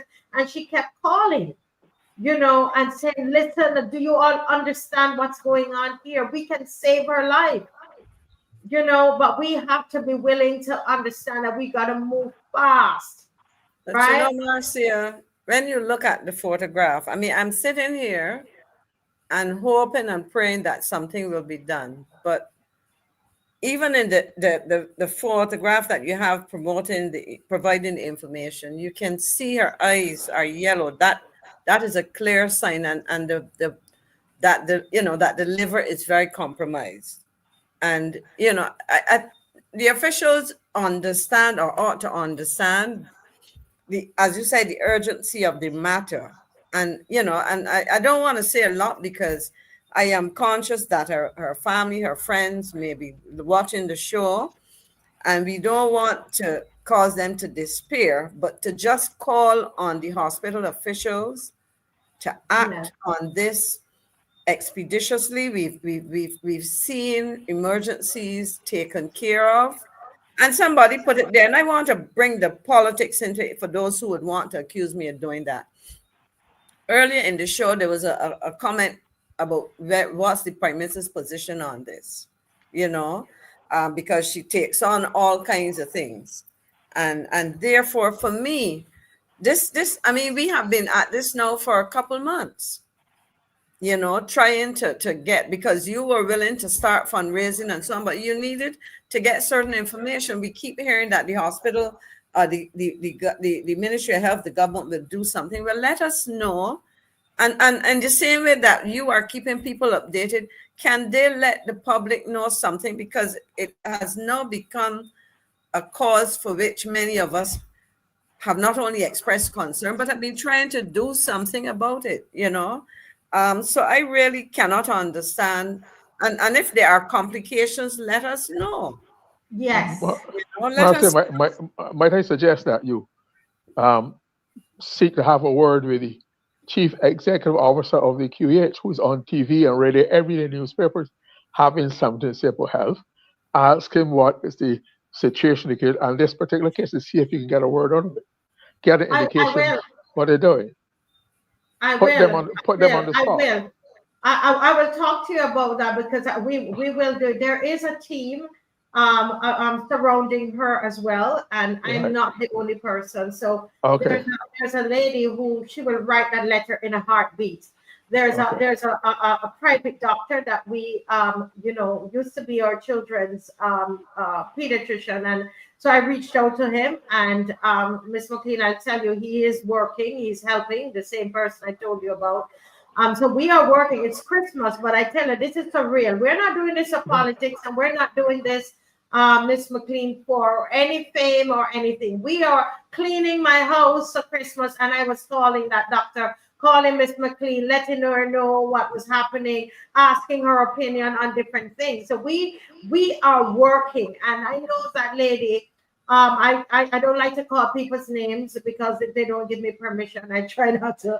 But if I'm going to connect with you, Mr. Murray, and this is what we need, this kind of discussion, because then I will then ask her to write her a letter and to ask, come out, let us make this a national. Why can't we make this, Ms. McLean and Mr. Murray, a national thrust? Why can't this be a national thrust? I would just say to myself that I've heard various pronouncements being made as to her condition, the stage of her illness. That does not matter. I think that we have to make it, whatever the stage is, we have to give her the best possible chance as soon as possible, because there have been medical miracles before. I've seen people in Barbados who had stage 4 cancer and have beaten it. Yes. So we should not assume that we are prejudicing and coming to any pronouncement as to the future and the possibilities. Do whatever we can that is humanly possible to make sure she has the best possible chance to do it as soon as possible. That should be the approach, but with my suggestion. Yes.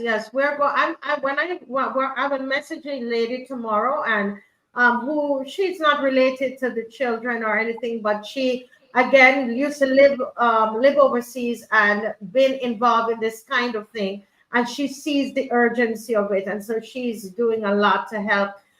Simeon Barrow is a great idea.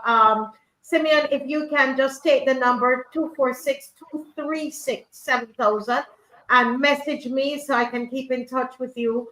And you might have more ideas. We can make that a reality. He's talking about putting, asking the supermarkets to help. I have the cups that we're selling, and we have some dresses that are left. We have a few of our dresses that are left, and those are being sold at promotional print services in town. We can give you all of that information where you can go and you can purchase a dress, and that money goes to Amaya.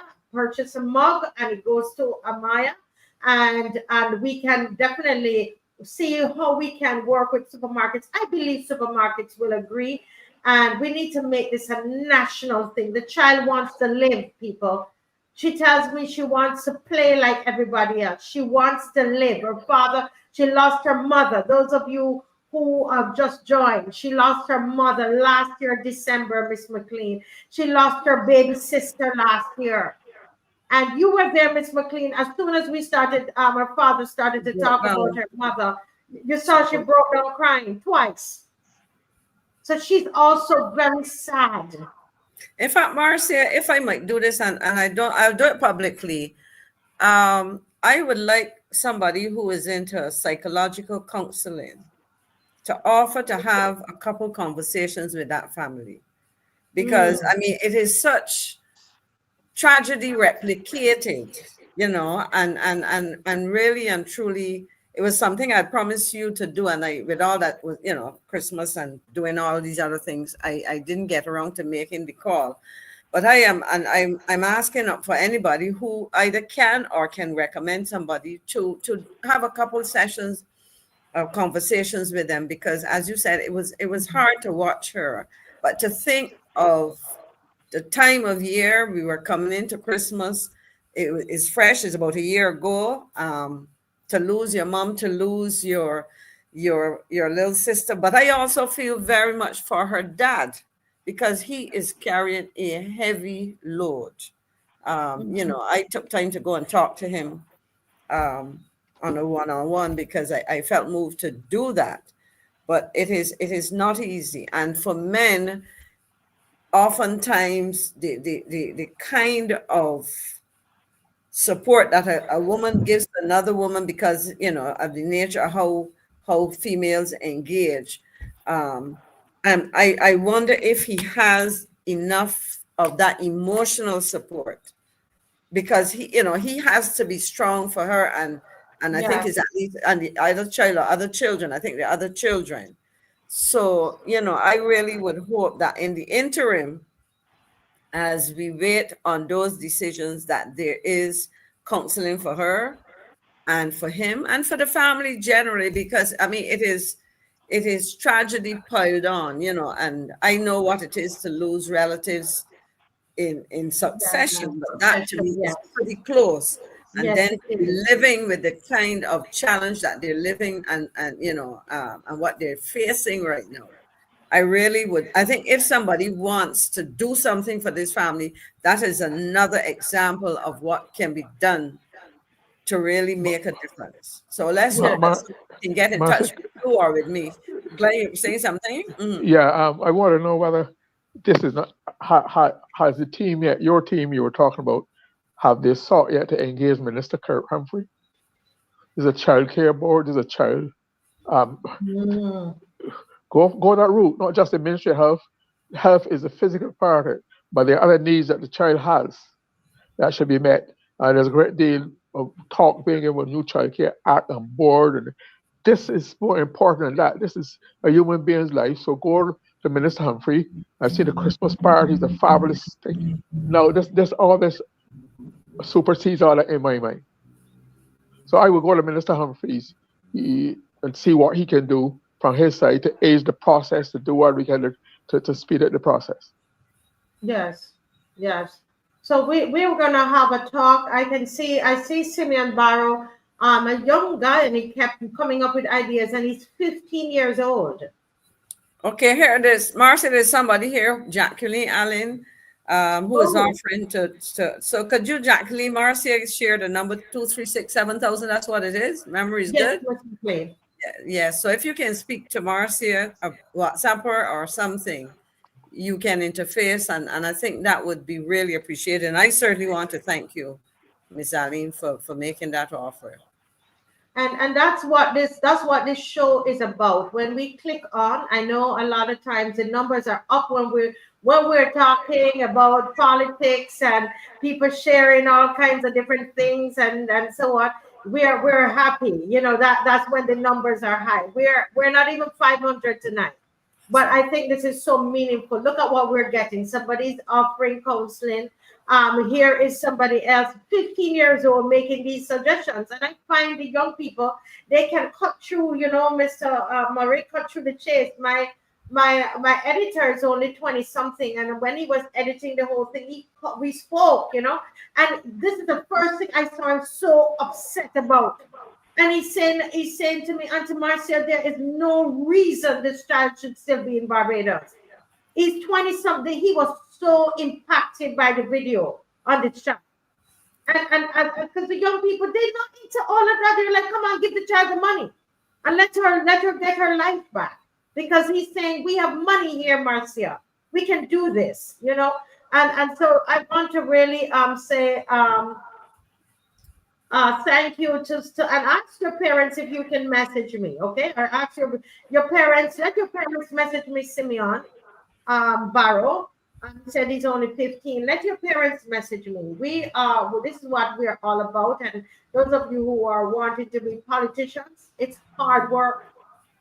This is not about just saying, I am the representative for the area. What does that mean?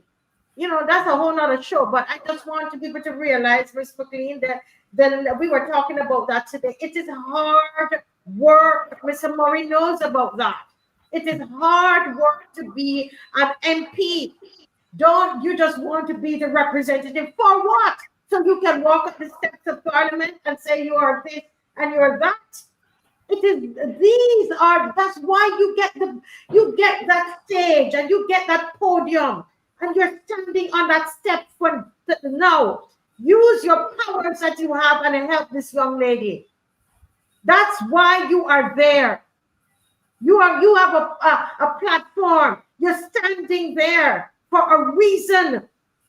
And don't get me started on that because that's a whole nother thing. I have Lord, Mr. Murray, you were saying something? No. I was agreeing with you. I was enjoying your energy. Yes, because I believe strongly in serving. I think that's what Miss McLean spoke about when she was preaching, and I went to her church.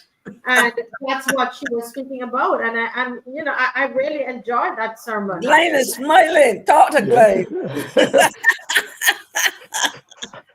I'm impressed through Marcia because I know Marcia can work very hard. And the thing is, Glenn, it wasn't once, but it was 2 services this Sunday. So it was once and then the second time. Congrats. Yes, and I think somebody. But you should give Marcia Vic Show credit for giving you that rhythm and that style that you practice on the show. No, she has that. I'm getting it from her, you see. Let me also just mention Winston Clark, who in just recent times, the whole thing about the homeless, the homeless gentleman that who was killed in town. Well, some people say he died, some people say he was killed in town. He used his platform to make that known. And actually tomorrow's show is where we're going to celebrate those individuals, the Winston Clark and all of the work that these activists, they call them social activists. They are not just talkers, but they're doers. And they have been doing a lot of work. But we have somebody on the program here, and she's here for a couple minutes, but I had her waiting for so long because, we're talking about Amaya, and she goes by Loyal Daughter 66. Now, Loyal Daughter 66. You can find her anytime. Those of you who are watching, you could see her in the comment section. She's not in the comment section tonight. She's on the show tonight. Right?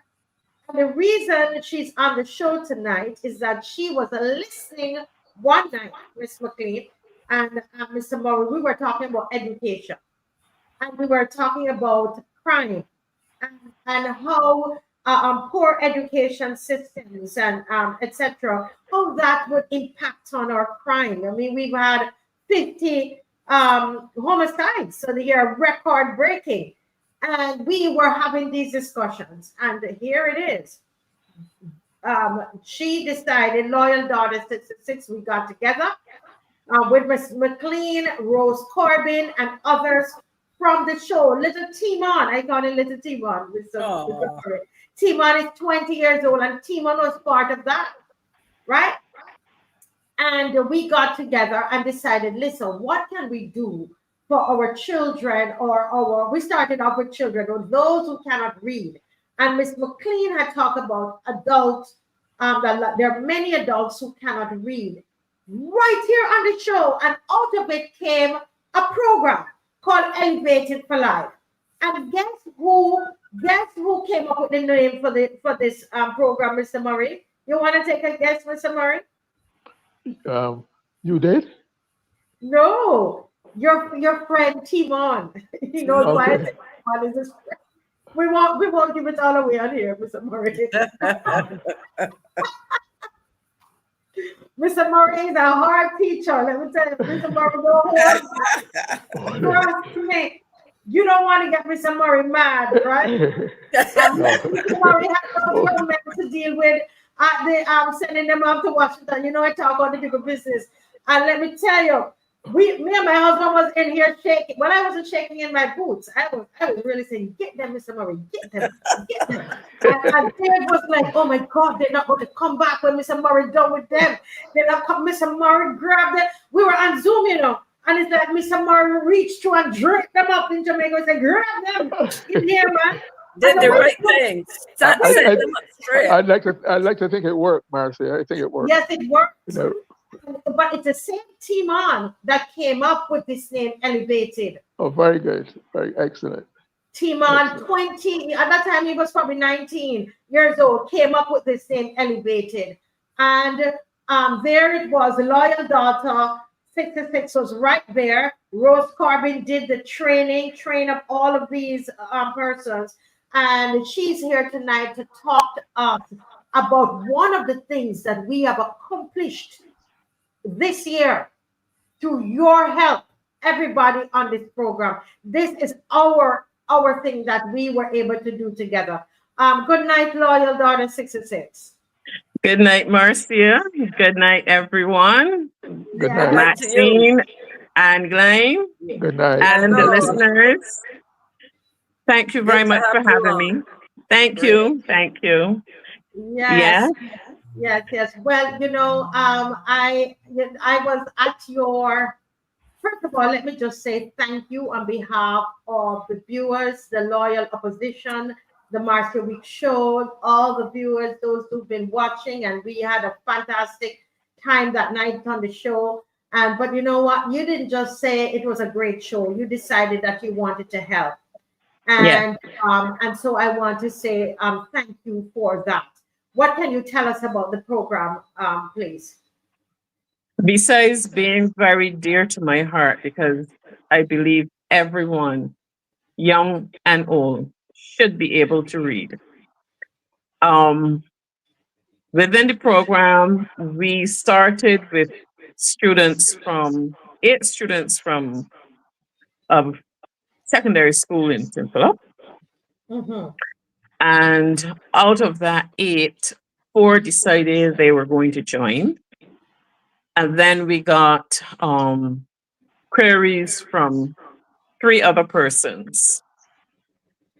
Unfortunately, only 2 persons from the school continued with the program. One young man from BCC, he dropped out because I guess we did not do what he expected us to do. And then we have another young man from St. Lucie who is just the type of persons that we've been trying to reach. He's 41 years of age and he is reading better now. Yes. He's been struggling in his reading, but he's reading better now. We have 4 facilitators. So for the 4 students, we have 4 facilitators, and this is individual attention. Wow. Now, the students, when they came in, if you saw them when they first began and you saw them at the end, you completely different persons. When they came in, they were closed door, they were shy, they were lacking in esteem and confidence. And at the end of the program, we did a mock interview. And these students, well, I'll call them sons, they scored very highly. So much so that the facilitators that were interviewing them were very, very impressed with how they presented themselves, their knowledge, and their confidence. They were able to speak to the Honorable Ralph Thorne when he came for presentation. And these young people that were so shy were able to converse with him very confidently. So much so that he ended up giving one a nickname, the preacher.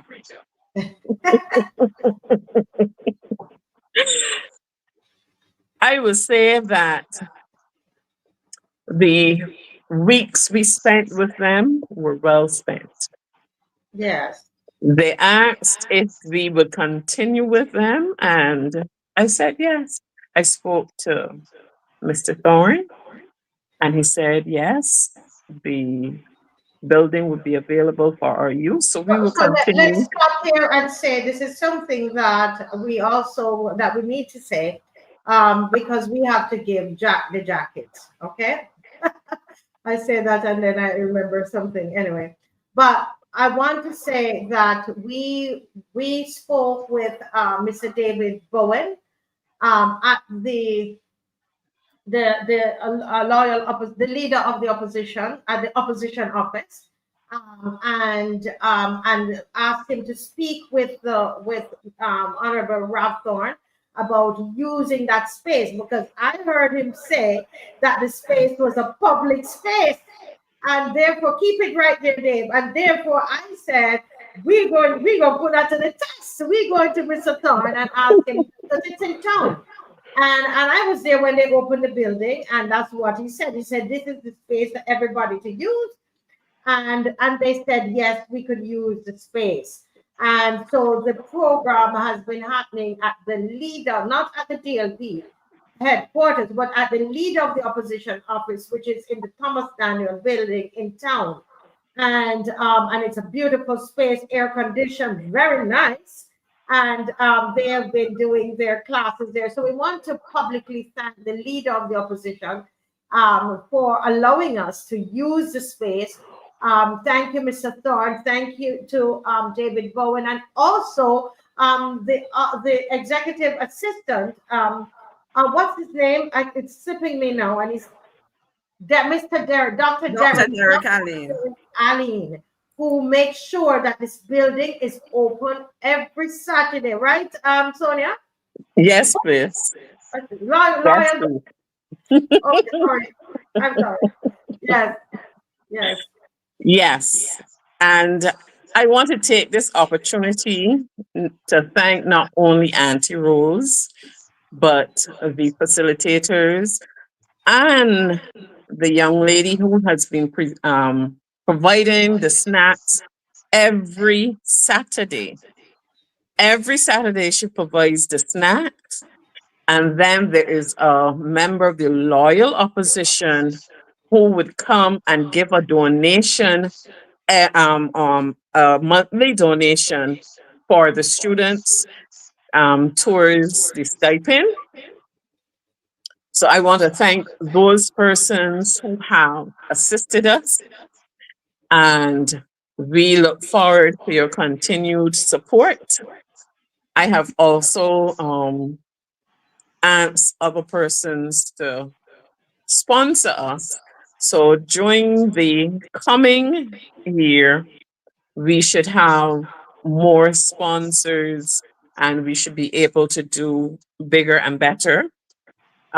We have, going forward, we have two students, two special needs students, but I will speak to Marcia about that because I believe they will do better in the children's program that she is looking to start. So I would speak to you about that, Marcia. Yes, Tony. Yes, I'm a loyal daughter. Now, the thing is this, that, you know, Miss McLean, you know, when we went into Nelson Street and Wellington Street, Mr. Murray, I saw those children, and they were running up and down and so on. And I have a little son inside there now. And that little boy, everywhere we walk, you know, when I'm walking in there, he walks with me. And everybody knows him and so on. And he's a very, very intelligent little young man. But I believe that we have to come alongside these young men, these young boys, children, they're children, young girls as well. You know, I tend to focus a lot on the boys because I have 3 boys, and I know, you know, just what happens. I really want to get started in Nelson Street and Wellington Street in particular, because that's what's in my heart. A children's elevated program. And the same way we talked about it, Mr. Murray, on the show, and we had volunteers coming. And listen, these volunteers that we have in Miss McLean, you are talking about Serious. yeah, they are committed, and these are retired teachers, retired guidance counselors.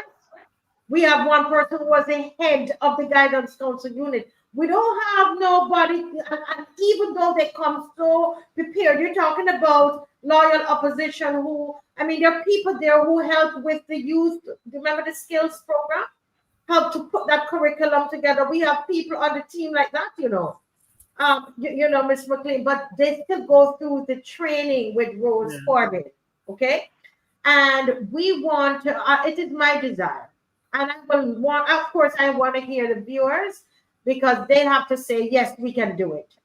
I would love to hear the viewers, what their thoughts are of us getting a space in there, working with somebody inside there. That we have a space inside Nelson Street and Wellington Street, whether it's St. Ambrose Church or, you know, it could be in the annex, the church annex, somewhere there, where the children, they come on a Saturday morning and they're coming to do reading, basic things, reading and writing. And, you know, that curriculum, Loyal Daughter told me she's already written that curriculum, right? I think that we can't go there and just, you know, giving them presents, good. But I tell people, you know, Mr. Murray, that what got me out of that, a community like that in Jamaica was God and education, in that order. God and education. Mr. Murray, what are your thoughts on that? Well, I instinctively knew the value of education because when I was about 3 years old, I followed my sisters to school. we lived in Chapel Gap, so they were open ground, so all the ground back onto the yards of the schoolyard was Grayson School was not fenced in. So my 2 bigger sisters were going to school, and one morning I followed them to school afterwards, and the teacher asked, "Young man, what are you doing here?" I said, I have come to do what my sisters do. She told me, okay, sit down there and put me down on the floor and gave me some blocks. I could see it like yesterday. You see the color of the block and the A, B, and C.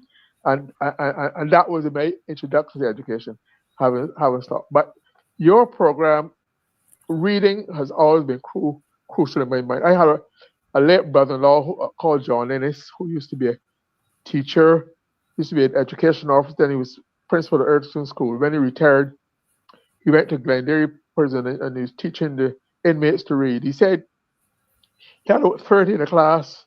They were all very aggressive, obnoxious, want to fight. And he had to teach them from how to write the letter A, write up, okay? He said when they were able to write their name, the moment they can write them and spell it and recognize it, they became totally different person. All the aggression, the fighting disappeared. They were able to talk and articulate things because they were seeing it on paper. It don't make sense to them. It's not part of their life. And he said it was a complete transformation in the future because they were able to break that barrier because they used to use aggression to hide their ignorance.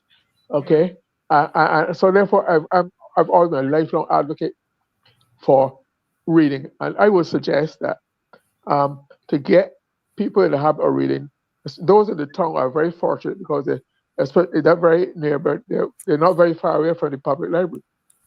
That's a great idea. Join Jam in the public library.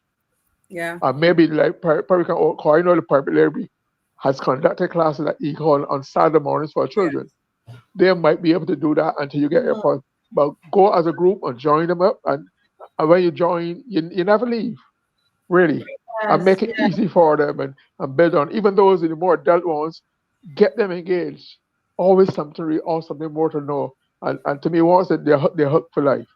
So congratulations, but I think you need to go further. Marcy, I want to quickly, before you go to the callers respond, I think it's to Kemhar, because clearly what our very supportive, loyal daughter 66 indicated is that there were adults in that class.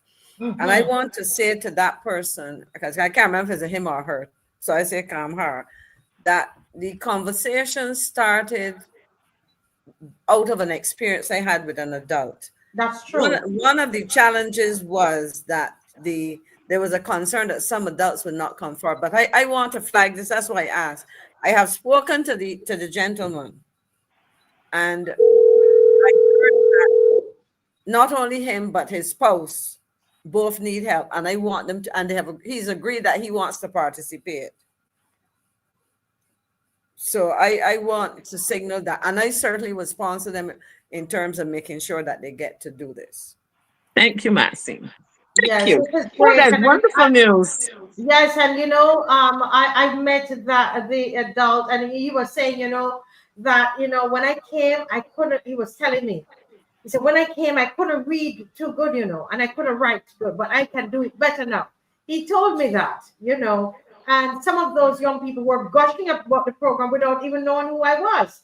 Okay, then. I just sat beside them and I heard them talking. Man, you think I couldn't do this before, and I couldn't do that. And so I know that I could see it, and I was there at that, a part of that ceremony, and I'm so glad that, that I was there to witness what Loyal Daughter 66 was able to do with a small amount of resources, but she was able to stretch it and to make it work, and I want to just congratulate you on that. And there's a caller on the line. Just hang on. Let me get to it. Good night, sir. Good night, ma'am. I want to tell you that it is a pleasant breeze, sister, that you are a loyal opposition individual. Sister Marcia, at first I thought you had nefarious reasons. But you have since come to understand, my sister, if I were to take a blade and cut your hand, you would bleed Caribbean. Because you would bleed Caribbean because you believe in the people of the Caribbean. So hold on a minute. You're skipping over something really far. You thought I had nefarious reasons. Why did you think I had nefarious reasons, sir? Where are you calling from? Where are you calling from? I'm calling from the USA. But let me tell you why I thought that, sister. Because I had never, you see, when you judge people and you don't give them an opportunity, that's a bad place to be from. And I was in a bad place because I never seen a member of the Barbados government on your channel. So I assumed that you were slanted or biased, but there's nothing in your behavior that suggests that you are. Now, what you've done, you have been pro the people of Barbados, the individuals in Barbados. See, we have to be careful how, Sister Marcia, how we put people and compartmentalize people. Because we may say that a person is this or a person is that, but Barbados does not have an opposition party. So every Barbadian's voice is important as we deal with the systemic problems, poverty, women being assaulted, high crime rate, high unemployment, teenage pregnancy, educational system out of whack, lack of affordable housing, sister, lack of infrastructure. So when people come along and they muster the energy to say that this is wrong or that is wrong, we cannot compartmentalize them and say they're a member of the DLP or they're a member of this or they're a member of that. No, we have to listen with intent, even when we disagree. And I disagree with you initially, but as I started listening more and more to you, I saw that you were willing to commit to helping people, Sister Marcia. And to that, I'm calling to tell you I apologize for judging you and any other person that I might have judged. Yes, that's okay. Wrongfully. Apology accepted. Really, yeah, and I want to say this to you. I wish happy holidays to you and your family.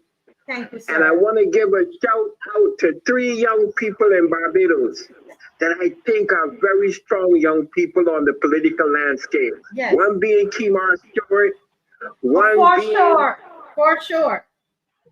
Yeah, one being Dawn Marie Armstrong, who ran up and the other person being Crystal Howell. These are 3 very positive young people in Barbados. That if nurtured right, sister, if nurtured right, some of us, we can move out of the way and let these young people come forward with ideas and offer to the country solutions. But that's the future right there. I love Dawn Marie Armstrong because she's a powerful young sister. And Brother Kimar Stewart and Sister Howell are very, very numerate individuals. They understand numbers, they understand governance, and if mentored right, Sister Marcia, we need to promote that in 2025 to bring these young people to the masses, so these young people see them. I don't care about party this and party that. Know what I care about? I care about what's good for the people of Barbados. And if you're talking about the people of Barbados and it's making sense, I'm all ears. I love Barbados. I'm Barbadian. I'm expatriated from Barbados since 1980. But I love my country and I love the West Indies. But at the end of the day, Sister Marcia, we have to be able to speak truth to power, no matter who it is. Yes. No matter who it is. You know, we have to be able to tell the truth because that's what God loves. And we have to put our feet forward in the right place in 2025 to make sure that we can bring this crime that's in Barbados down, that we can get people working. Not just talk from the government, not just talk, but actions from the government of Barbados to get people. So people like yourself who will keep the government honest.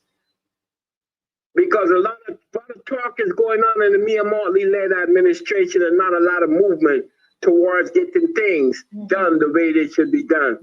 And people don't have a right to be victimized or scrutinized because they disagree with Mottley or any other politician in Barbados. All voices should be welcome for the good of Barbados. And I want to say this to the leader of the opposition. Get up off your backside, walk across the aisle, and if you haven't already, make deals with the government to benefit Barbadians. And they need to come across to your side too, Mr. Thorne, and try and have ideas that's going to make the country better. There's too much political insularity and too much disdain and lack of sincere parliamentary representation in that House of Assembly. You got 30 people up in there and not talking to each other is foolishness. The only people losing as a result of that, the people of Barbados. People of Barbados, yes. Well, caller, thank you so much for calling. And I tell you, I am thankful that you understand exactly what I am doing. It's all about us, everybody having a voice and recognizing that they are the opposition. Thank you so much and keep watching. We appreciate you again from the diaspora. We had 3 persons on the diaspora calling tonight. Thank you so much, sir. You're very welcome, ma'am. Have a good one. Yes, bye. Wow, that was really, really powerful because it's always important. And I love his honesty. You know, he said he didn't think that I had honest, serious intentions. I like that. I like the word nefarious, man. As a boss word. Yeah, but you see, sorry, go ahead, Glenn. No, you go ahead. I was just kidding. I was saying, you see, it is important for people to share that because at the end of the day, the thing, and I think he probably recognized it, is that the whole notion of the members of government coming is not that you've not invited people, but they've not come on the show. Mm-hmm. But the focus of the show was in the absence of an official opposition, given the mandate that was given to the government. It was necessary to create an opportunity for the people to have a voice. Mm-hmm. And the fact that it was loyal opposition that didn't say that you were here to castigate the government, and be partisan political, because people always talk about being political. I tell them government is about politics. Mm-hmm. What you have not sought to be is partisan political, but deal with political issues in a way that that you educate the public, that people be given a chance to share their thoughts. And I think that's the beautiful thing of what you've been able to do over the last year and before that, Yes. Well, thank you so much. And okay. Go ahead, and then I'm gonna go back to Loyal Daughter. This would apply to Loyal Daughter too. Is that reading, just like good manners, sense of right and wrong, has to be started in the home, from the cradle. The parents, even when you do this, you take them to the library and join, but when they get home, there must be an environment where they're encouraged, they're reminded to take back the books. That reading is appreciated as a natural activity. I grew up in an era when Barbados had a reputation of literacy of almost 100%. People read. Therefore, when I hear the government talking about education reform, and no attention given to literacy, one of the first things that Fidel Castro did on overthrowing Batista in 1959 was to declare war on literacy. And you see the benefits now, the doctors, the nurses, the engineers, all they're doing. We have let that slip. That was one of the, just like our credit rate, just like our not having reneged on a debt until 2018. We have let slip the prize we gave to education, reading and writing, the ability to articulate yourself and represent yourself. We've let that slip too far away. I think we have to go back with a concerted program to fill the deficit. Otherwise, the education reform at the high level will have nothing because there's no foundation into society for it. Yes. Thank you so much, Mr. Murray. And with that, I want to say again, thank you to Loyal Daughter 66, who didn't just, decide that she was just going to join and comment, but she, like the caller, recognized what we were trying to do and jumped on board because at the Marcia Week Show, we educate, we mobilize, we agitate, we motivate. That's what we do here. And she said, I'll do it. I'll run the program.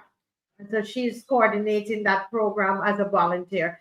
Thank you so much, Loyal Daughter 66. Is there anything else you want to say to us before you go? Yes, please, Marcia. And thank you for giving me the opportunity. Kamhar, you can contact me via Marcia She will give you my particulars, and you can contact me and we can speak. I also want to acknowledge I did have some calls from Canada about donations and assisting with the students come next year. So yes, we are looking forward to doing better things with our students. And I am looking forward to having more of the older adults with us Yes. to get them on the path of reading. Because as I was told, when you open a person's ability to read, then the world becomes their oyster.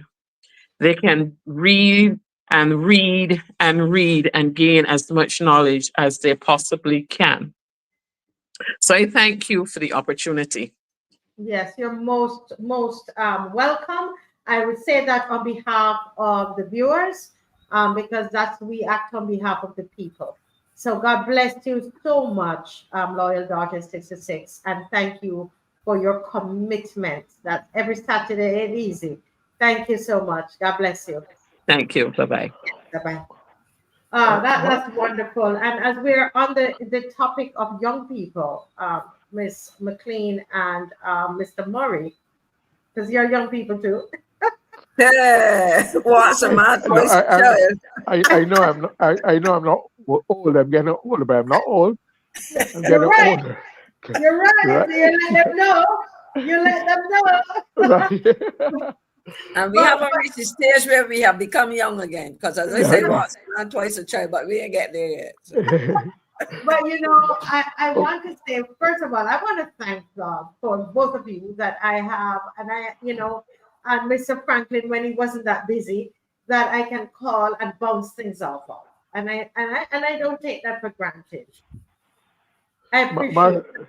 I just had an idea. Sorry to interrupt you, Yes. but I don't want to lose it. Given that next year is going to be the year of the gathering, focus on the diaspora, seeing that the show has such a connection with the diaspora, I think you should delegate some programs to incorporate and involve them in some form or fashion next year during that time. Yes, it's thank you for that suggestion. I'll leave the rest for you. I know you're the creative person. Yes, so. yes. I have some of them that we've been trying to give them Fridays, work them into Fridays program, but we're going to make a bigger effort. Thank you for saying that. As Kamar is reminding us, we love our country, all of us in the diaspora. Yes, they do, and they're very, very supportive. I have to say that about the people in the diaspora. They love Barbados. But Kamar, I don't know if you guys are aware of something that has occurred. And this, Dave will tell you, when I heard the seriousness of this thing this evening, Miss McLean, it had me walking up and down in my house, and I was just I was complaining and I was quarreling because it is so unjust against our young people. And it is this thing that has occurred with the UWI Blackbirds. And and I have to find it, and I have to lay down some foundations early about this before we jump in, because I think it's important for the people to understand, because sometimes things are thrown out there and people go ahead and put out what they want, right? What they want and what they want us to believe. And we just want to lay down what is what. Now, what has occurred is that the UWI Blackbirds male football team competed in the Prime Minister's Cup. All right. I'm going to tell you what I know as fact and what I think is what I believe is an allegation. Okay. But the UWI Blackbirds male football team participated in the Prime Minister's Cup, football cup. You remember that? That came out of the whole idea that young people needed to be engaged. Mr. Murray and Ms. McLean can jump in anytime. The young people needed to be engaged. There was a lot of crime, a lot of gun violence, and one of the Prime Minister's grand suggestion was, let us do this football competition and give them $100,000, right? Let's give them let us give them $100,000, give them something worthwhile to do. So on the face of it, it sounds great. I for one believe that sports can be used, and I've said it on the program. What can be used to deal with some of these issues in society, and I often say a lot of the ideas that are some of the ideas that they have are good ideas. The problem is the execution of it, or sometimes no execution, or it's done or it's just not done at all. And so I would have hoped that this program had some other areas associated with it in terms of development of the young people in the community. It was targeting those guys on the block. That was my understanding. Was that your understanding, Mr. Murray? Of course. And if I might jump in here, I'm sure Maxine will support me on this, that such a football tournament was not the original. They just start with, sorry, Prime Minister Mottley. I think Prime Minister David Thompson also had a version of that. Yes. And then I remember Miss Mottley, who was then later job, had a countervailing competition. Both died. I don't know what kind of death, natural or natural, both died. So but I was always worried about the UWI Blackbirds team. I thought it was a competition for the community, and I tried to figure out how could the University of West Indies be considered a community team when, like Marcia said, it was unless there's a block at the University of West Indies you don't know about. To me, that would make it did not make sense. And then if you knew the facilities and the sports center, etc., excellence or whatever they call it these days, that you know at their own level of training and preparation or not, it's different from the other regular clubs in the community, the real community clubs. So I always felt that I'm not surprised that I always felt that they had an advantage over others. But then to have this, but you have not really. Marcia, unless you want to set the full stage. I'm going to set the tone for it. Right, now, go ahead. What I want to say, very good point, because I wondered the same thing as well, because as I said, these are the communities I grew up in. I was a little shocked at first. I'm like, UWI Blackbirds? I didn't understand how the makeup was. But what I'm getting to understand is that the team is made up of both UWI students and guys from the block. So it is a combination of UWI students and guys from the block. Yes, I do agree with you that they could probably have more resources. It's possible that they would have had more resources than the other guys might have. We're assuming here. I don't know if Ms. McLean wants to add anything else in terms of the objectives of the Prime Minister's Cup or any other information about the Blackbirds. Well, let me go back to something that Glenn said, and the David Thompson, there was a competition, and it was intended to really address some of the same objectives, getting young people, young men in the community to do something positive. And I can give you some more details about that later in terms of the kind of additional activities that they sought to do with the young men. The big difference to me in terms of what the Prime Minister did previously with one tournament she had was you had this huge prize and it went to, the winner took everything, which I found, I think they have made an adjustment this time around in terms of what her previous competition was. But when I saw the university team in the competition, I had the same reaction because the university has a sports program. And so these young men would have been, part of a structured program over an academic year or whatever the case may be. And therefore, I felt that would have given them, I would say an unfair, I would say an advantage. Let me just not use the word unfair, even though that's what I'm thinking. It would have given them an advantage over the other teams. notwithstanding that, the positive of that perhaps is that it might have helped the other teams to see what it is to have been exposed to training. But there are some other questions I had, you know, in terms of that, because how you know, what were the agreements going into this? Right. But let me just kind of do a little more. Let me set up the scenario a bit more, okay, and just give some information, and then let's look at it, people. Let's listen carefully. Now, this is the research that I have. And if you know of something different, please let me know. But this is what I know so far. Between 2023 and this year, 2024, the team Blackbirds, the Blackbirds football team, they won a total of $57,000. Okay, and Mr. Murray, based on what I have found here, they have never received any of the winnings under the 50-50 split the UWI is now insisting on. So I kind of jumped the gun. So they won the Prime Minister's Cup, and by all what we hear in the media, these young men should be walking away with $100,000. The UWI, University of the West Indies, is now saying to these young men, not so quick. First of all, they were told they're not getting the money.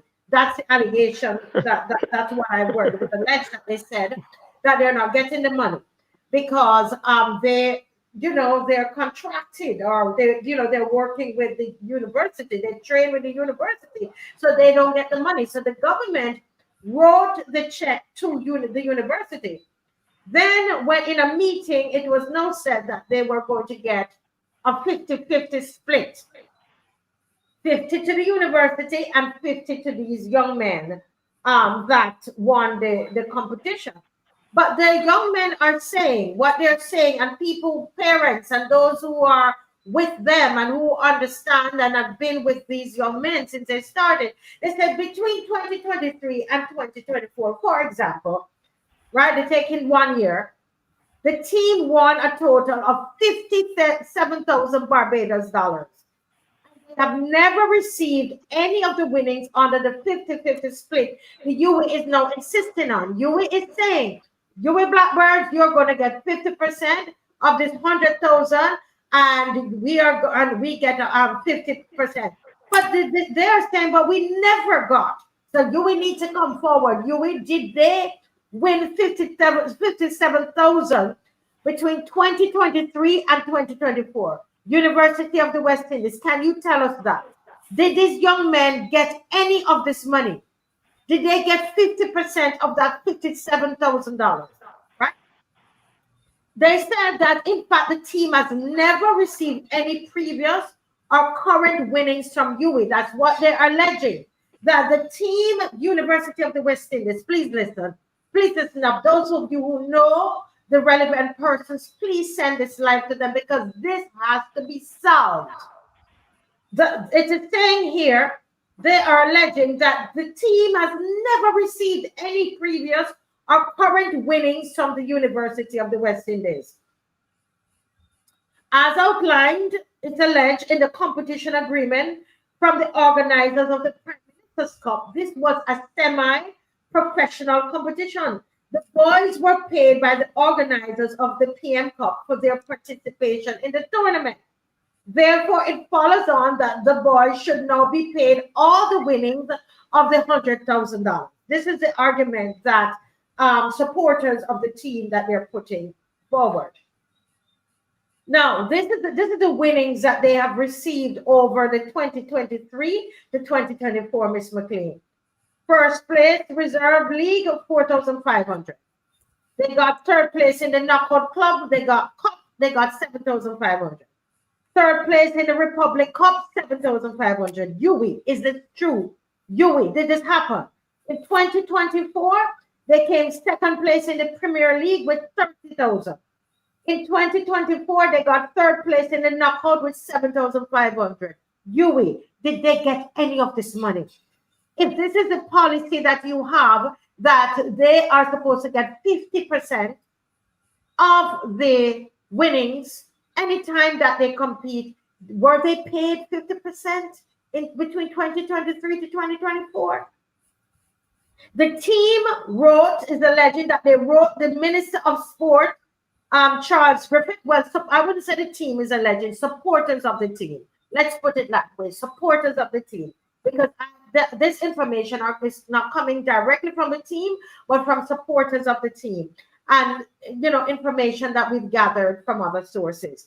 They're saying that the team wrote the PM, the Minister of Sport, Charles Griffith, and the UWI principal, Clive Landis, appealing for clarification and asking if the team would be paid retroactively under the 50-50 split as outlined by UWI. I think that's a fair question. So UWI, did you pay them? Did you pay them? The letter signed by Landis signed, no, you will only be paying $50,000 to the players under the 50-50 split. So they're saying UWI, according to them, they're alleging that UWI says no, they will not be doing it retroactively. They were only paying the $50,000. The team has now written to the UWI Vice Chancellor and is awaiting word. It must be noted today, UWI has not been able to provide a written policy. UWI, is this true? You have not been able to provide a written policy regarding the mandated 50-50 split. No administrator of the UWI sports program met with the team before or during the Prime Minister's Cup tournament to tell the players about the 50-50. The allegation is that UWI did not pay for equipment, uniforms, or met any costs for the team related to competing in the tournament. All those costs were met by the PM Cup organizers, including transportation, which picked up the team from Usain Bolt complex and took them to Kensington Oval for the finals. UWI, is this true? UWI has not yet met with the team's request for new equipment or provided monies to cover the team's medical expenses, which were asked for long before the Prime Minister's Cup. In fact, it is alleged, Ms. McLean, that Dr. Aline, who is in charge of the sports program, the allegation is that he denied the team's request for assistance from UWI with medical expenses. Is this true? And this matters. We're talking about our young people here. The UWI sports program is funded by amenity fees paid by each student attending the university. It does not operate like community clubs, which depend on sponsorship and club winnings to survive. Under Dr. Allen's tenure, UWI has not yet informed the team or shown in writing how their winnings and the amenities collected are used to benefit the team. That's the allegation, Ms. Dr. Allen. If you're listening or somebody sending the link, we need to get to the bottom of this. The Blackbirds banner covers all sports, football, cricket, etc. I think there are about 17 sports, right? Last point, the female soccer team left UWI Blackbirds. This is the allegation, Mr. Murray. The female soccer team left UWI Blackbirds because UWI has not paid the team half of the $20,000 they won in a national competition. The $10,000 they needed to assist two players who were injured while representing UWI Blackbirds. Like the male team players paid for their medical assistance out of their own pockets. Could this be real? Listen, let me pause here and to say this last thing, because this one had me. I hope we're listening, you know, because sometimes what happens a lot of times is that when it's not our children, Ms. McLean, we're not interested. It's not nobody to do with us. But it's serious. During the international break in this year, there's a gentleman who played one of the young men, Ms. McLean. His name is Niall Reed Steven. He's a midfielder for the UWI Blackbirds. He's not a student of UWI, but was ranked second to Lionel Messi in the number of goals scored globally during the international break. I've got it here, it's online. Like all the other members of the team, he has not been paid by UWI either. This is a guy, he He's second to Messi. I didn't even know that they had a Belgian player that scored that many goals. I don't know if Dave can show it. Yes. So let me just pause there. Marcia, let me. You shared a lot that in relation to this, and as you were talking, there were so many questions that would have been going through my mind. In fact, I'm sorry I didn't scribble them down as you were talking, but it just first thing I would ask, as somebody who's associated with university on an active way right now, as you probably know, I'm president of the Alumni Association. Let me ask first in relation to this Prime Minister's Cup and the other activities. What is the difference between that competition and the others? Because I don't understand how you go into a competition of any kind. First of all, let me back up, because you mentioned that somebody was playing, but that person was not a student. My question is, what is the composition of the team in terms of students?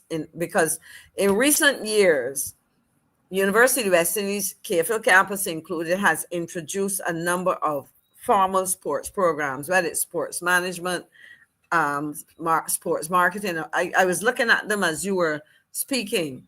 You know, there are a number of programs. And my question is, what are the requirements or what's the relationship between team membership and participation in the programs? And what is or should be the agreements? Because it should be agreements. If you are playing a sport and you're representing an institution, and there are prize winnings, some formal arrangement or understanding should exist. You know, so I just find that it seems rather strange that from all that that the persons have alleged and that they've shared with you, that there seems to be no structured understanding or agreement. And worse yet, the allegations about persons having to take responsibility for their medical bills and so on, all of those things. So I really would want to hear from, you said Dr. Ali, I think that's the name you called. I also would want to hear from the office of the principal, pro vice chancellor, and as far as the vice chancellor, because I know that the vice chancellor, Sir Hillary, was very much involved in the pushing of sports programs on the campus.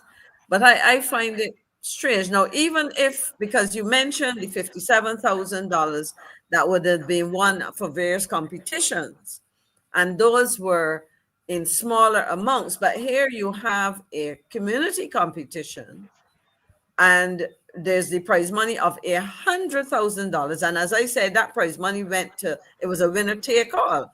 So I would have assumed, and the University of West Indies has a Department of Management Studies and a School of Business. And so I would expect that somebody would have recognized that you had to have some understanding, because other team members, if they had won from the community teams, the money would have been divided. So if you are going to have that large purse for the winners, I would have expected that some discussion would have taken place, because this was not your, I don't want to say run of the mill, this was not your standard competition where the prize was $2,000 or $4,000, but $100,000. And so I would have expected that people going into that would have heard, okay, you are part of an institution as an option, you are part of an institution where we provide, or like a community or village team or whatever, you know, you are provided with assuming that these things are done, you are provided with training, whatever the case may be, and you go into the competition with an understanding of how these earnings would have been allocated.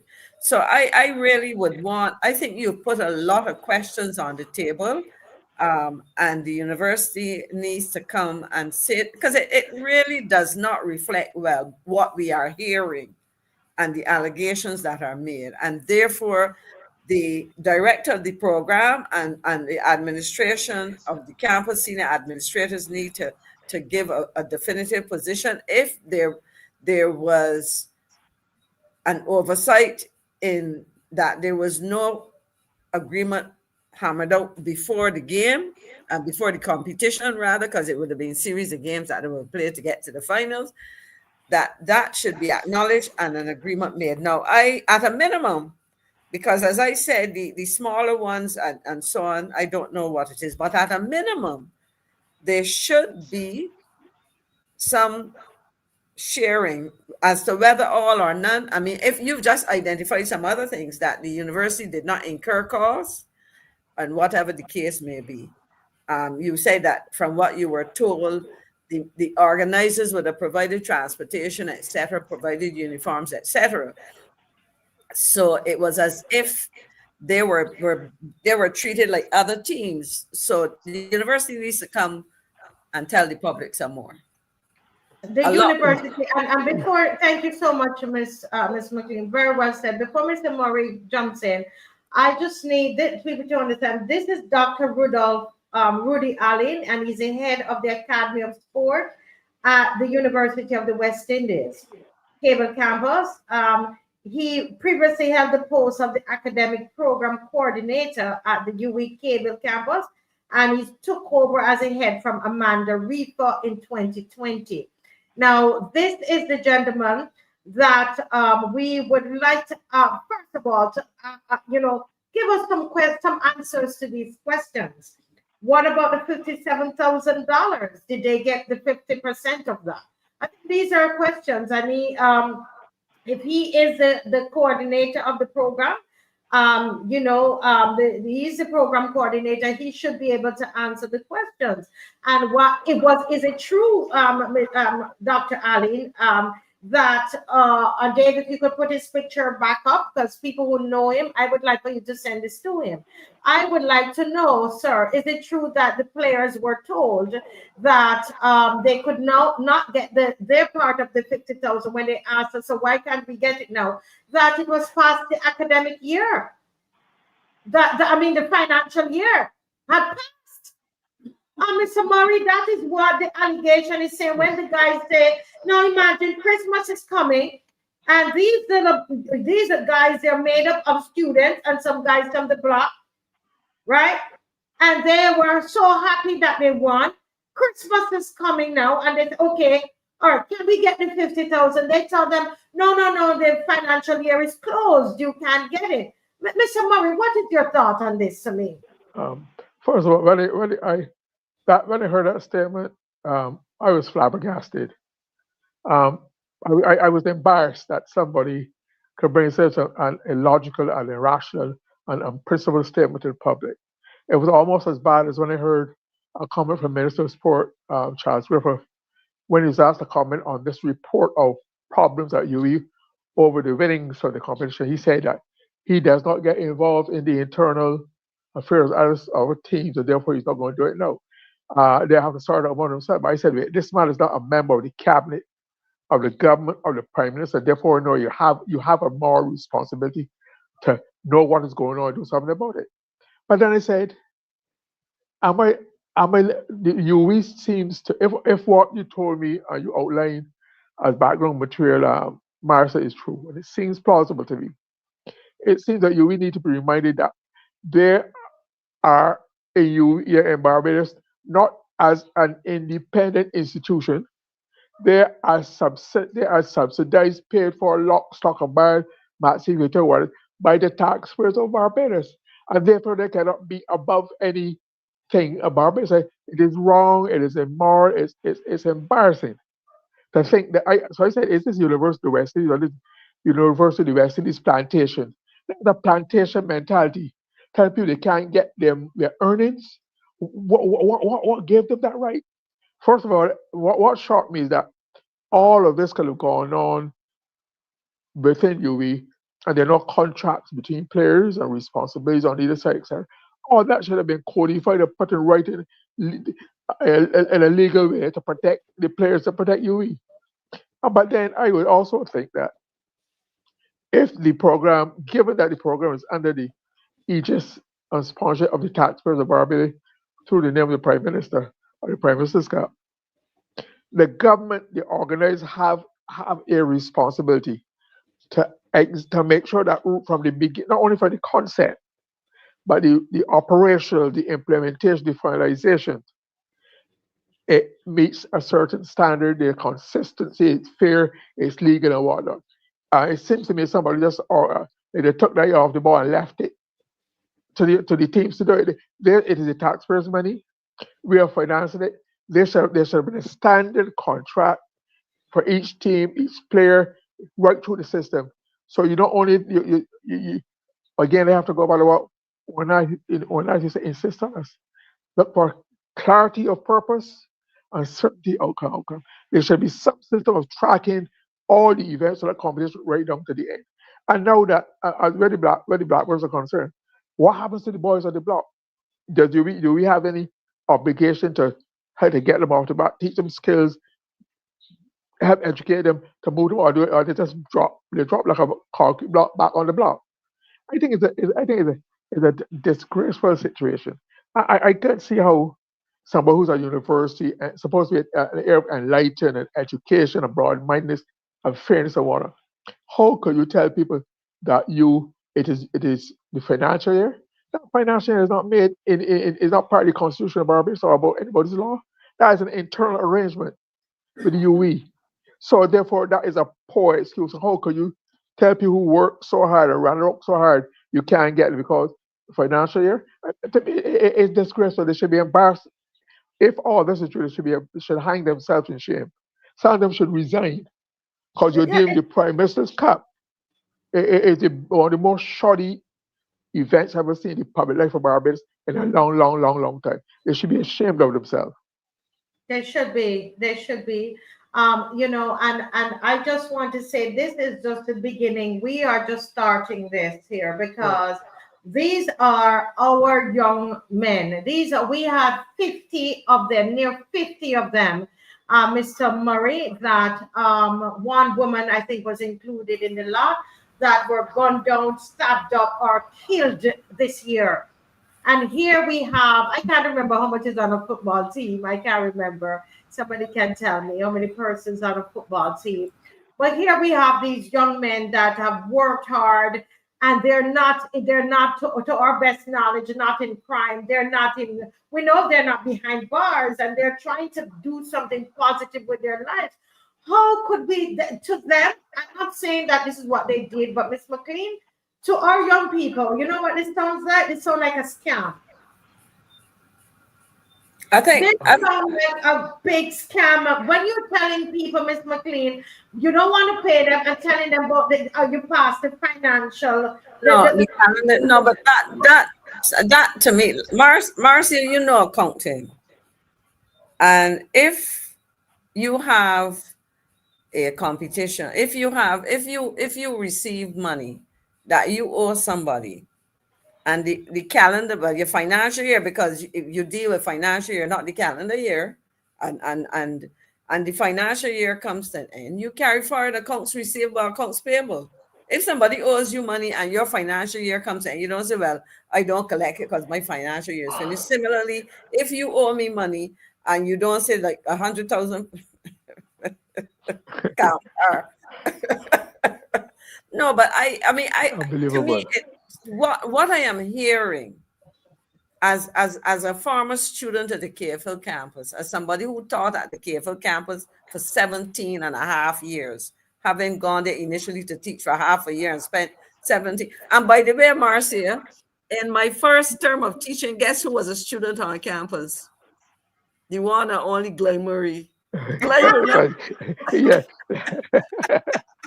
We had some good times together, yeah. John, Florence, Margaret, those were your buddies. We had a great team, yeah. And no, because to me, it is not making sense for an educational institution, the likes of the KFL campus, for these, I mean, the allegations, because they boggle my mind. So all I can say, I can't say any more other than to say to Dr. Aline, as the director of the program, step forward. To Marcia, you can invite him to come on the show tomorrow. Yeah. Tomorrow night. Tomorrow night is no, not tomorrow night. Well, Sunday. Tomorrow night I do have a show, which I'm going to continue. Okay. We're Right. gonna Yeah, tomorrow night. I'm dealing. Yeah, I'm gonna deal with right. with those with the bloggers and But all of that. you will make special provision for him Yes, to come and make yes. time for him to come and explain, because as you said, these are allegations, but if they have not received the money or any portion of it, the question is why and why not? And you need to understand, because this, I thought I saw Thierry made a comment that the team is made up of students and members of other clubs. Well, I saw that, but when I spoke to, I would double check that. My But he understanding. can explain to us everything. Let him tell us who. It does not matter. You know, because they played on behalf of the University Blackbirds, That's UWI right. Blackbirds. That's right. What we need to hear is, tell us something about your sports program. Tell us about the conditions under which teams participate in local or regional or any kind of competition. Tell us what happens when there are competitions where prize monies are given. What are the initial agreements, existing agreements between? Do students sign off on contractual arrangements? Is there, some understanding? Because it just doesn't make sense. Maxine, I find it hard to believe that a campus, a university that has put in the last few years, like you said, under Hilary Beckles, Professor Beckles has put such a store on developing sports, not just as a physical activity, but as a business and a career, that they could find themselves in a position where there are no contracts, these kind of shoddy or non-existent arrangements, or what conscience could anybody university feel they could seize upon the taxpayers' money and decide how they can treat it as their own. It's hard. It's unbelievable. I mean, I think like there's grounds for local reparations. It sounds ridiculous. It sounds unreasonable, unprofessional, on everything. Martin, I know. In the last 2 years, there have been attempts to corporatize the affairs at UWI and make them make more money and get sponsored. Do you know whether is there a bonus going to any head of a department who is able to bring in money? Do they get a commission, a bonus? I have. I'm trying to look. I'm trying to make some sense in my head, but it's not making any sense. No, but put it this way: even if there were some, put it this way: if you are encouraged to participate in something like this, where there are prize monies, the players going into the competition should know in advance that if I participate on this team in this sport, there is a split of earnings in this way and for these reasons. That's basic. As my late geography teacher used to say, anybody with a grain of brain ounce of common sense would understand that you cannot be an educational institution, a tertiary education institution, with a Department of Management Studies, of which I was a part when it started. Let me put that plug in there. And the Faculty of Social Sciences, which next year will celebrate 50 years. Yeah. And enter into something like this. You are teaching people to manage. With the Faculty of Law. Thank you. We only have about 10 minutes, and we still, which means I'm going to have to ask you all for extra 15 minutes because we went into the Amaya situation, which I don't regret. Because that took up a lot of our time, and somebody's complaining that I told them we would have started the thing with the Prime Minister a little earlier. I know people come on because you talk about the Prime Minister and they want to hear about those things. Okay. But the Amaya situation with her liver condition is more important than that, actually. Okay.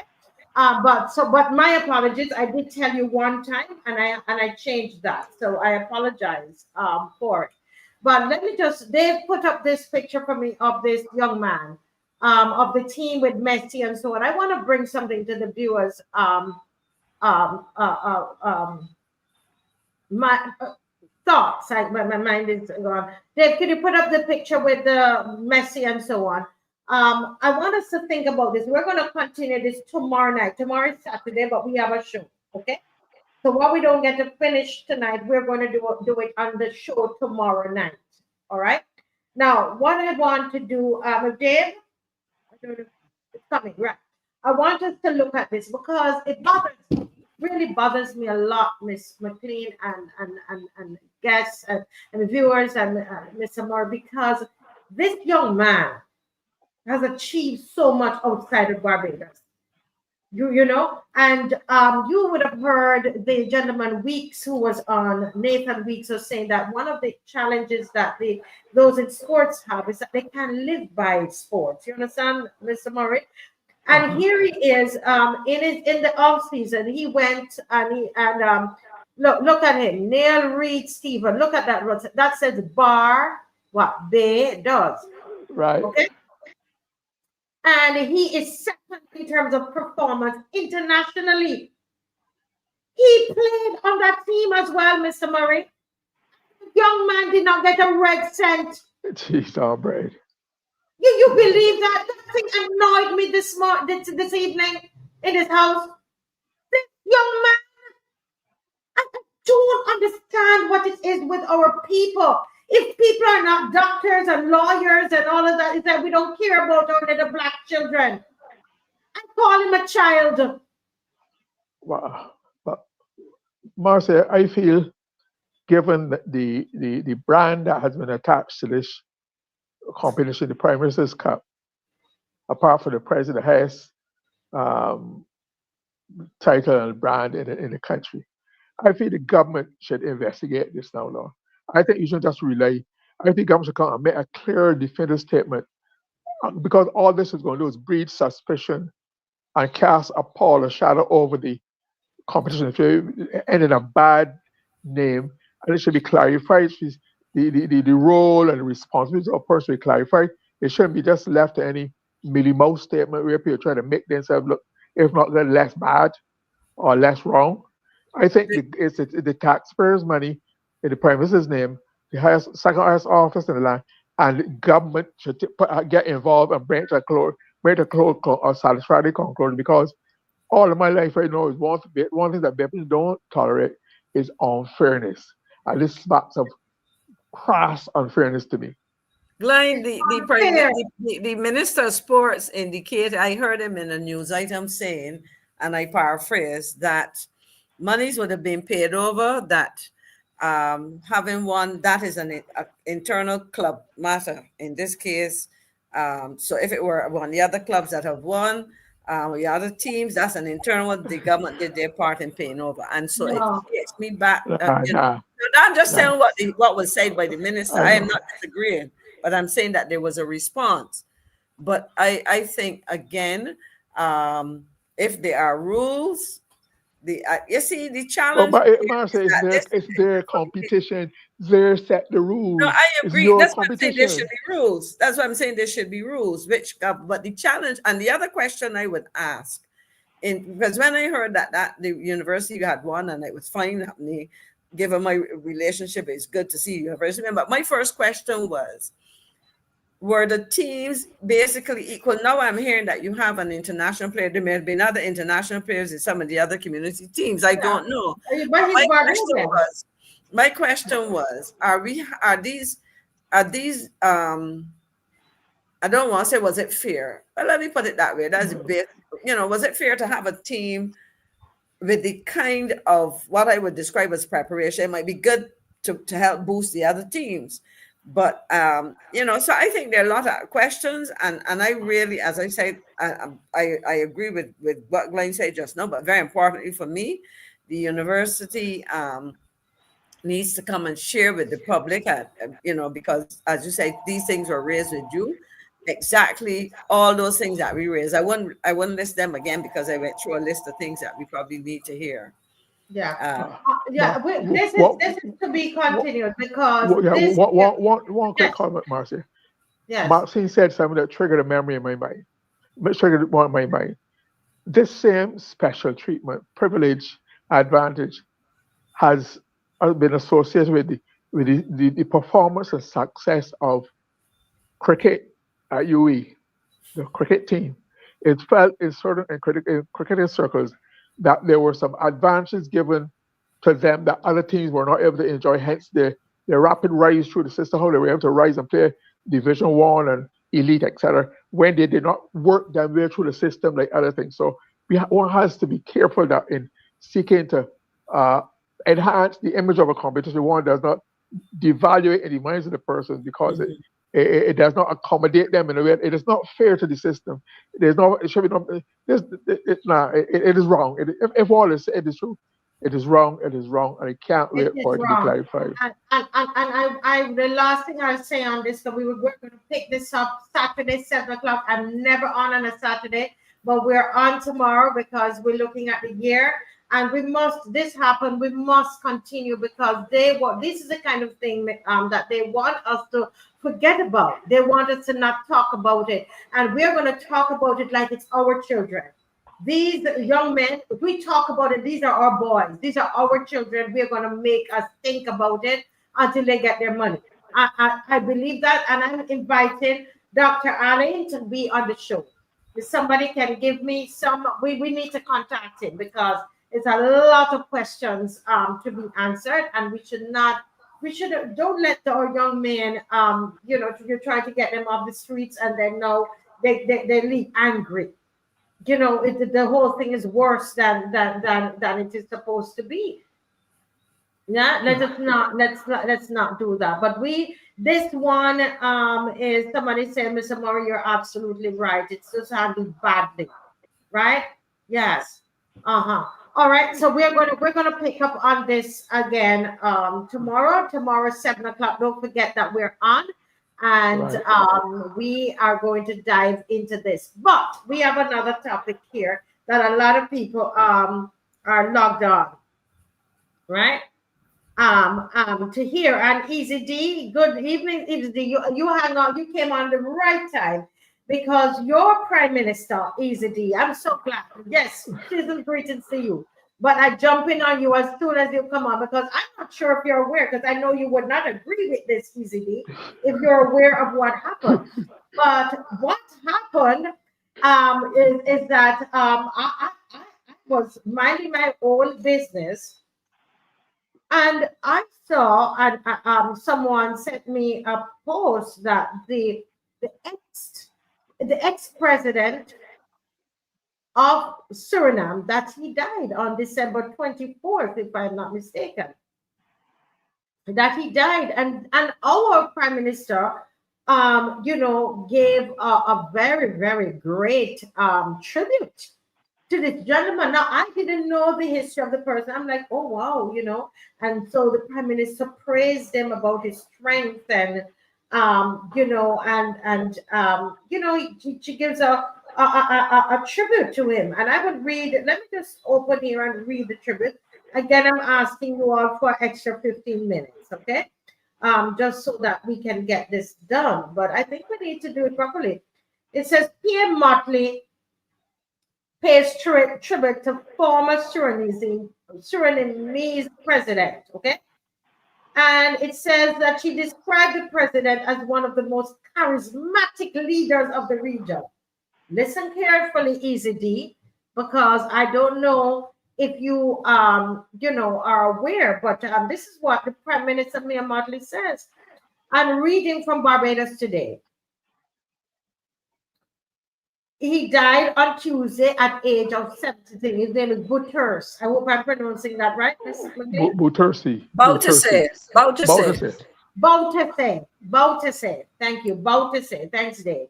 BOUTERSE. She says of this gentleman here, this is the gentleman, BOUTERSE.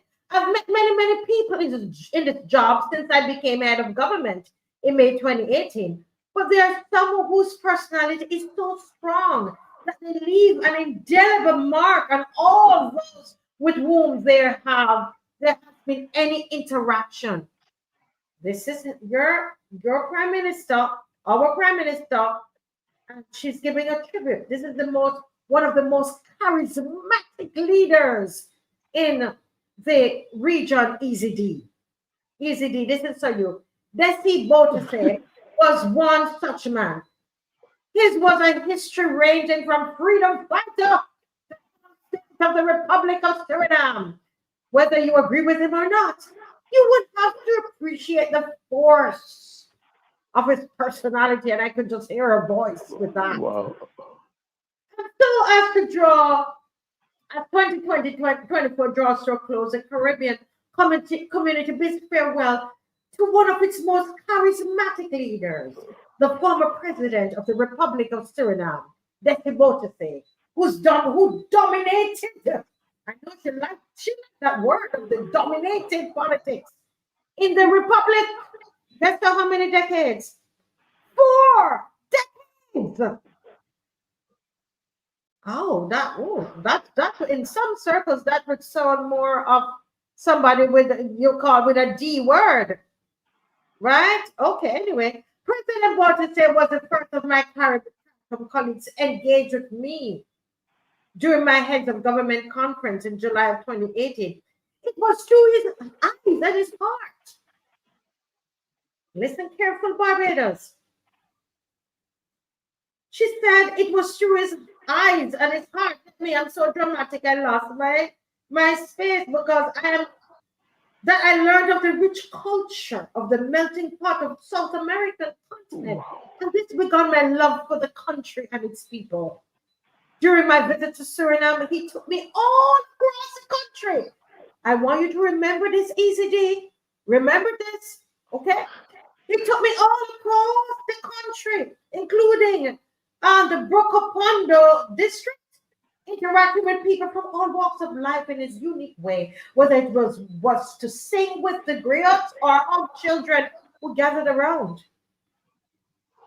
I want you to take note because you're going to hear who this man is.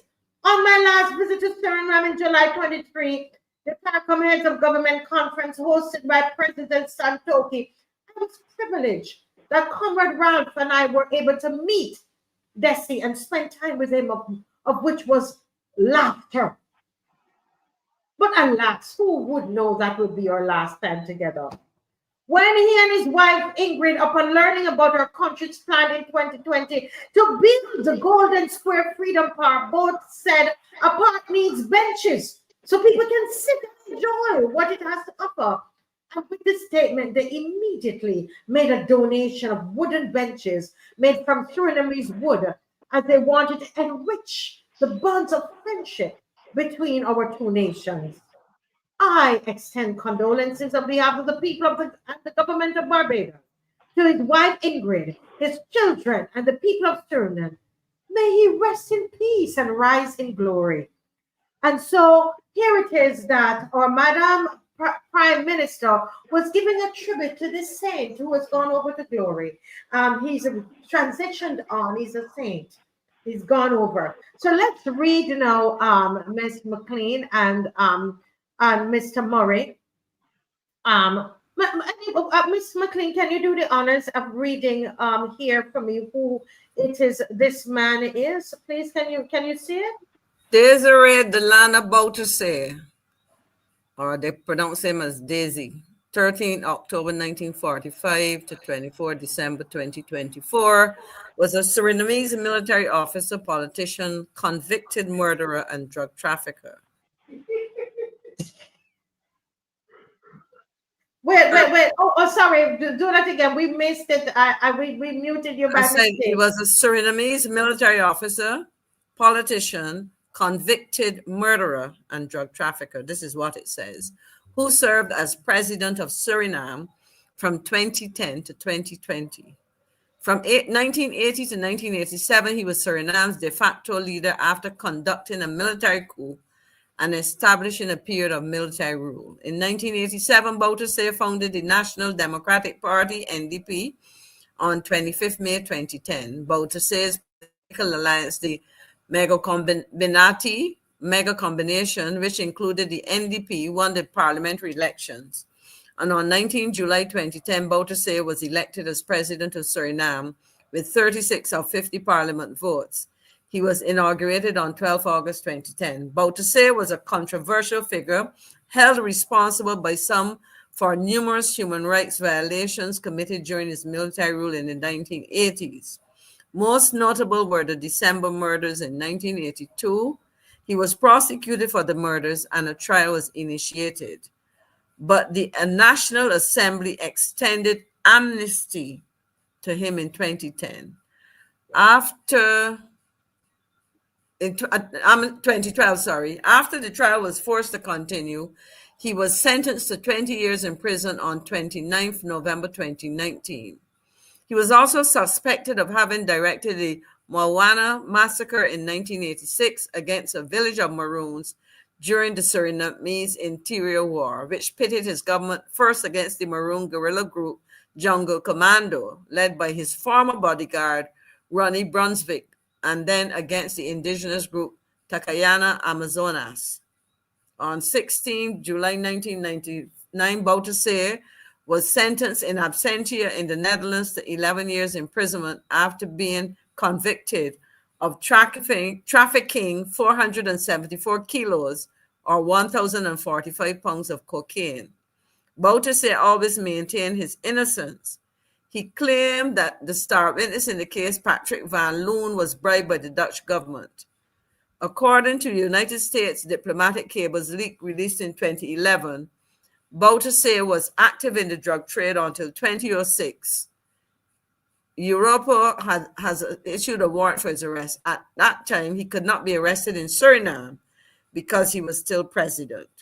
As he was convicted of the drug offense before his election in 2010 of head of state, he risked arrest if he left. Yes. Thank you, Miss McLean. You know, and it went on to say in 2023, he was sentenced to 20 years imprisonment for the 1982 murders of 15 political dissidents. He was reported missing by the Surinamese authorities in January 2024 after refusing to report to prison. He was considered a fugitive until his death. BOUTERSE died on 24 December 2024 at the age of 79 while on the run following his conviction. I have to laugh though, but I would say to Easy D, he can draw his own conclusions. What I would say on what I read, that if he maintained his innocence, but he did not fight it from all that I saw in court in a way that an innocent man would have done so. So I believe that if he maintained his innocence, he could have extended a lot more effort to prove his innocence if, in fact, he were. But that is what the courts ruled, both the domestic court and as a former colony of the Netherlands and whatever else, and perhaps the trafficking might have been from Suriname to the Netherlands. I don't know, but that is the history and the record that was there. I happened to have been in Suriname last year for a number of days, and I know in talking to people that he had disappeared, but he was allegedly still in the country. Anybody who knows Suriname understands that 80% or more of Suriname is forested, heavily forested. So, but I Easy can answer his own question. Yeah. I would go to Mr. Murray, go right ahead, please. I just like to say, when I listened to when I read before and just listened to the Prime Minister's tribute to Mr. BOUTERSE, President BOUTERSE, the only thing I really learned new was that he had donated some benches to Barbados. Wow. I think it's incredible that the Prime Minister could focus on charisma, strong personality. I didn't know that is what you went into politics for, or to do for a country, to become president or prime minister. No mention of housing, education, health, infrastructure, no transformation, or just his strength. And I think it's also instructive that the Prime Minister put so much emphasis on strong personality and dominance, etc. Sometimes there's a process, there's a concept in psychology called a projection, where you project onto people what you see or would like to see in yourself. There's a psychological perspective, right? But the mere fact that she found it important to focus on his strength of person, his charisma. I made no mention at all of the better known facts about drug dealing and the alleged murders and his trial, his overthrow. So so his church was totally sanitized and did not give a balanced perspective. Anybody who lived in the Caribbean for the 80s and 90s knew of him would know it was a much more instructive, much more colorful and meaningful part of his persona that was not contained in that thing. And you've heard me from time to time talk about this concept of it's like hybristophilia, where there's certain personalities who are attracted to strong, charismatic, dangerous, nefarious. They have this, and it happens mostly men and women, mostly women, where they have this yearning, this strong attachment, attraction to. Sometimes even supposed to manifest itself in sexual feelings. So little wondering what is going on here that you can hear about. Not what he did for Suriname, what he contributed to Caribbean, what that is all about that. Strong personality, dominance. Maybe the Prime Minister is saying more about herself than she said about him. Marcy, I want to comment because you would notice that he became president in 2010 and he served until 2020. And so it meant that for the entire time of his presidency, I would have been foreign minister of Barbados until 2018. I would have met with the president and I would have interacted with him. I worked closely with his foreign ministers. There were several. I knew the previous president Venetian and these things. Now, I will share an incident that occurred at a meeting I attended where I believe I was head of delegation. It was one of those meetings of the OAS or Summit of the Americas or whatever. But the then Prime Minister of Canada wanted to meet with the CARICOM delegation. And he would have been in the rotation of chairman of CARICOM because it rotates every 6 months. And as president, I mean, the position was he was duly elected by his country. And the normal position is you don't get involved in internal matters. And the position taken by the heads was he's chairman of CARICOM, and therefore, if you meet with the delegation of CARICOM, he is the head. But if I were asked in the circumstances now to issue a statement on his death, it would have been a very simple statement. On behalf of the government and people of Barbados, I extend, if I were in the Prime Minister's position, I extend deepest condolences to the government and people and the family of the late President BOUTERSE and whatever. And if you feel that strongly about him, send that to his wife, his spouse and family. But I find it difficult. Troubling. And thank you, troubling. I find it troubling that you can say something as glowing as that. And I can get very partisan political now. And I'm going to ask a question of the Prime Minister of Barbados. My colleague, Don Villinis, went to prison on a matter of a sum of money less than $50,000 US. Served his time in prison, came home, and we have the same rehabilitation and so on. Would the Prime Minister approve of him running an election? I put that on the table because if you're going to tell me all of this about all of that fancy thing and somebody who, according to the courts of his country and the courts of the Netherlands, was convicted on what is nothing worse than murder and not an individual. I mean, as he was personable and as I said, I had interchanges with the president.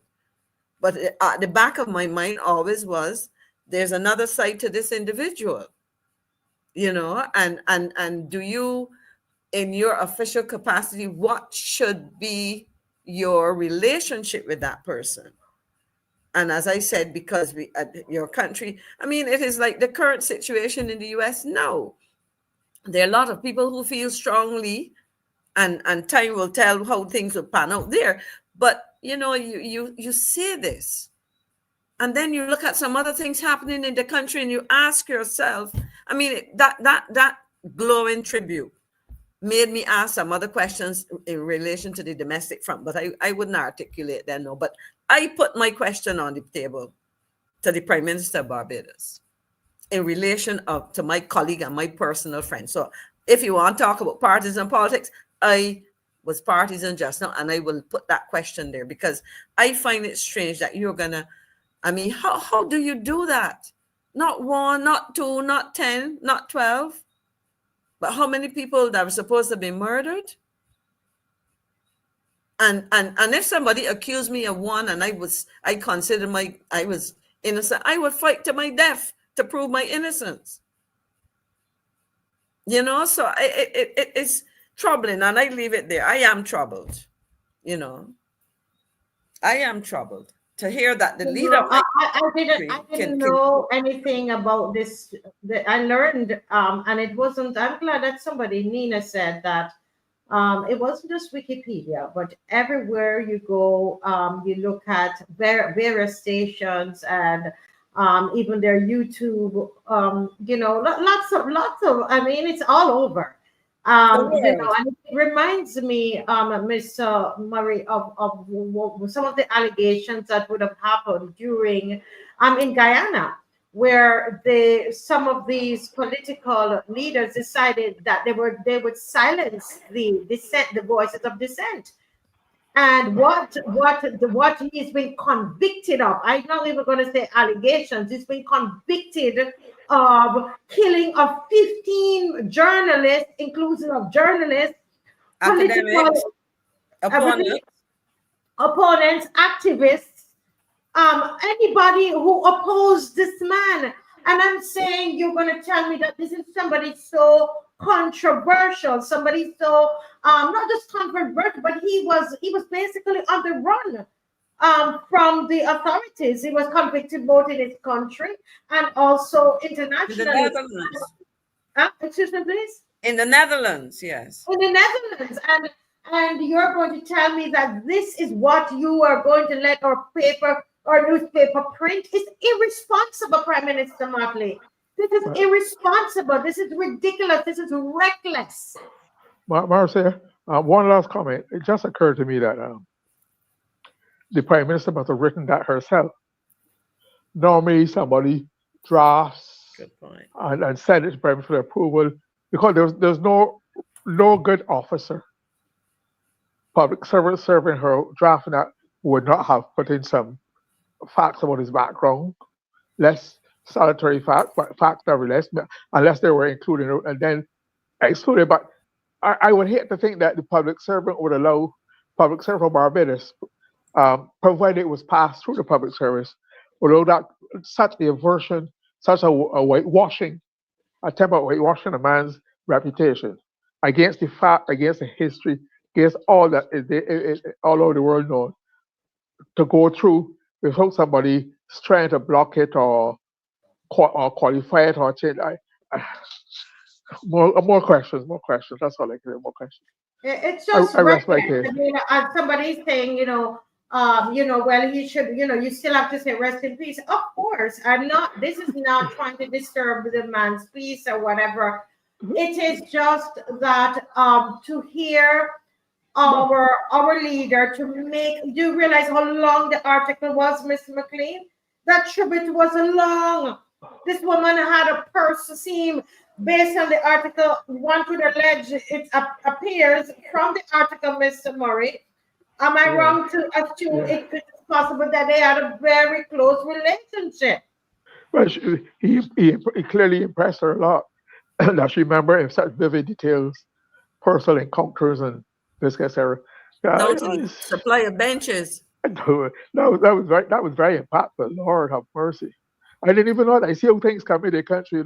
I know there's a gift. The Speaker's chair in Parliament is a gift for the people of India. To Barbados at time of independence. Now we get chairs benches from a friendly country, and we don't even know until now. Did you know about it, Maxine? No, that was news to me. You know, but that's the way things go nowadays. We don't Yeah, we don't necessarily know. think it's worth the while to share. Right. No, it is strange. I must go and look at tributes paid by the Prime Minister to other people who would have passed in similar capacities and see. As Glenn says, maybe it's a reflection of, or I think it was you, Marcia, who said that maybe it's a tribute to a friend. As opposed to a tribute to a colleague. Because you see, this is how in a case like that, as I said, he was president of one of our CARICOM sister nations, and so on, and you do the right thing by paying official tribute. But the nature of that to me would have been more simple and short, you know. Marcia, I don't buy that thing because she's always Prime Minister of Barbados. If you want to give a proper official tribute, I agree. if you want to do something, write it to his wife and widow privately. As I but said, we're reflecting on for the country and the people of Barbados, it should reach a certain standard and take a certain route. Yeah. I agree with you. I agree. I was shocked when I read these things. It's just reckless, Madam PM. It's reckless. It's just inappropriate. I don't even know the right words, and it's troubling for me as a citizen. And I'm looking at that and I'm like, oh, the more I read, I was like, what? Is this the same person? And so I agree with Miss McLean that just a few words. You should express your condolences to him, to his family, and so on. You should. Someone has died, regardless of who he is. So make sure we understand that. But no, those kinds of glowing remarks when we have in Barbados a pending cybercrime bill to shut up dissenters, dissidents. Marcia, I would love this person to explain the comment here. I noticed you just posted a comment. I presume there's somebody watching the show. The comment before that was somebody, Chevron Carter. Right. So they knew we were going to be talking about this, and somebody alerted them to come on to defend. So it might be useful I would like them to explain the comment because I was trying to follow. To follow it, yeah. But I think what are we saying here tonight? It is troubling. Prime Minister Mottley, it is troubling. It is troubling, very troubling. And for those who are watching and you might not know much about what happens in Barbados, when we look at this situation, Ms. McLean, we are also looking at the allegations in Guyana, right? Of those dissenting voices that were allegedly killed. And we're seeing that our Prime Minister, including other CARICOM leaders, they have not done anything about it. There hasn't even been a trial or anything, from what I recall. At least this one was tried and convicted by international bodies and also court, and also by the local court. At least that happened, but we're seeing a hugging up and a kissing up of these people, Mr. Murray, and we're not seeing our leaders. We have even in the Eastern Caribbean the people, leaders who are, alleged to have raped many young girls, and they're still prime ministers for how many decades? And these are the people that their hands and gloving, as we say in Jamaica. It is troubling. It has to be troubling. Marcia, I may be overreacting, but we haven't had a chance to touch on it. But I saw an image of a vehicle which came into Barbados recently that everybody was wondering what it is. I mean, it looks like one of those things that they would toss me in and take me away and disappear me. And I'm serious. I mean, I saw something and I'm like, what is Barbados coming to? And so there was a vehicle. People were trying to figure out where it was brought in by a foreign government for its mission in Barbados. But then I heard it's supposed to be something for the for the Barbados Police Service. I don't know, but that now leads me to ask some questions.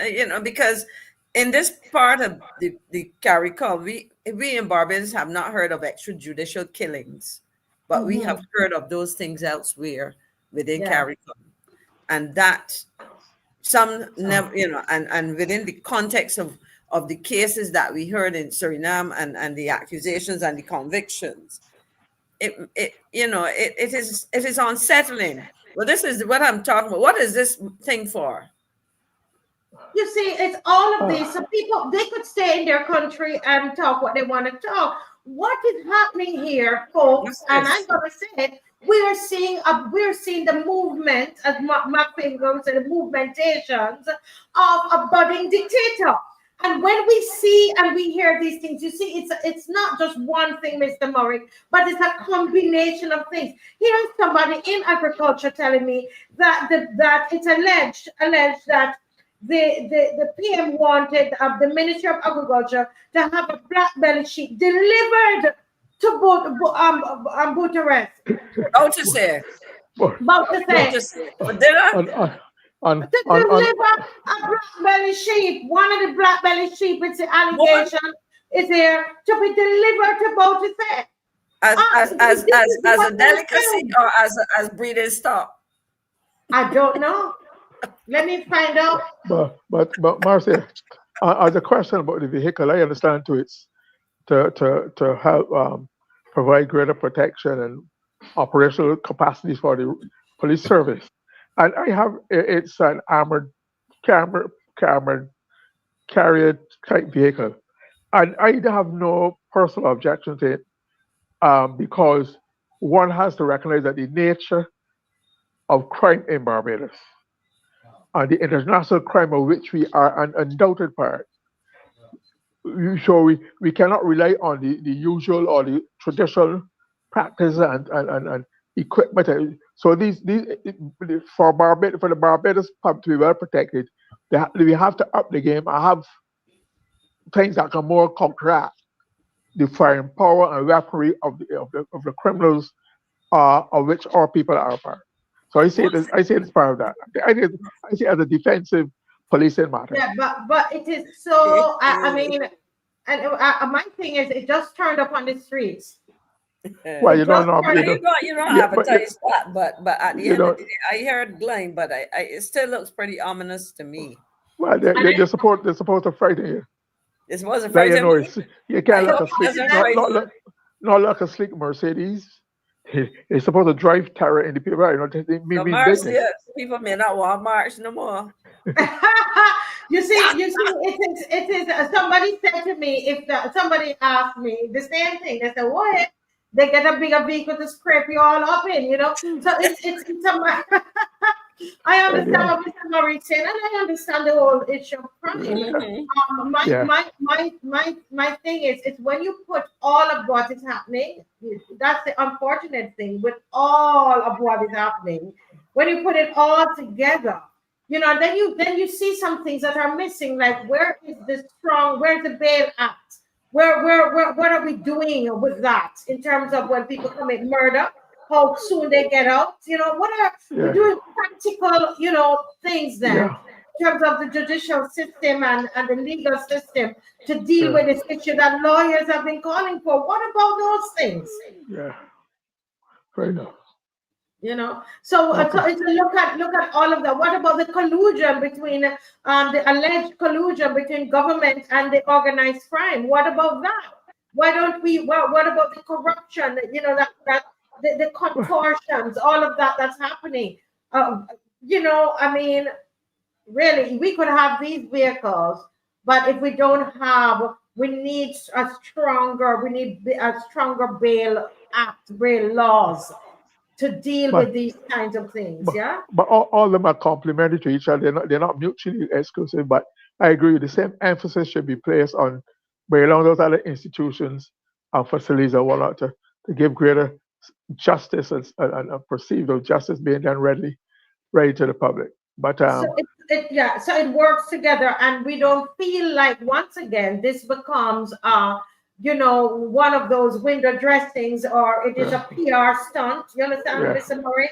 And we just here's this big, we go, oh, you know, we're doing something. for crime, you know. But let's get to the real issues here.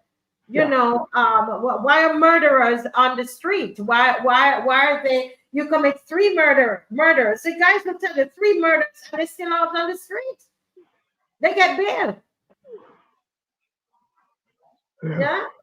So, but anyway, guys, so that is those who are watching from Suriname, we're really concerned about our issue here in Barbados, and that we are surprised and troubled that our Prime Minister could be so reckless with our comments and not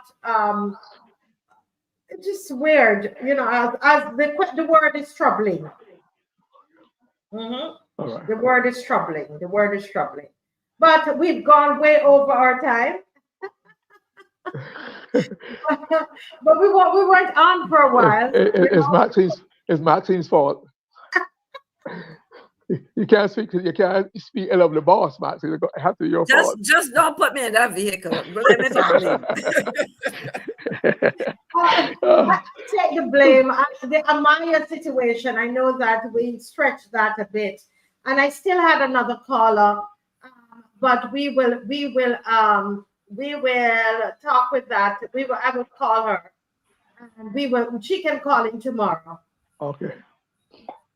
Yes. And somebody here is saying, Kamar said, we love you going overtime. Listen, not all the time. Good night, folks. And guess what? We have a bonus show for you tomorrow. Tonight we had a small number because it's Christmas. We just started back, right? So we're going to ask you to come on, man. Tomorrow, let's share. We have Winston Clark is going to be on. Fred Corbin is going to be on. Lumumba, Bongo Lights. We are just going to, spend a little time celebrating what they would have accomplished. Etc. We might have a little fireworks. We're going to definitely go back into the UWI Blackbirds. We have to stay on it because definitely. You can't let it go. And yes, and we've also invited Kimar tomorrow, Alternative Views, invited as well.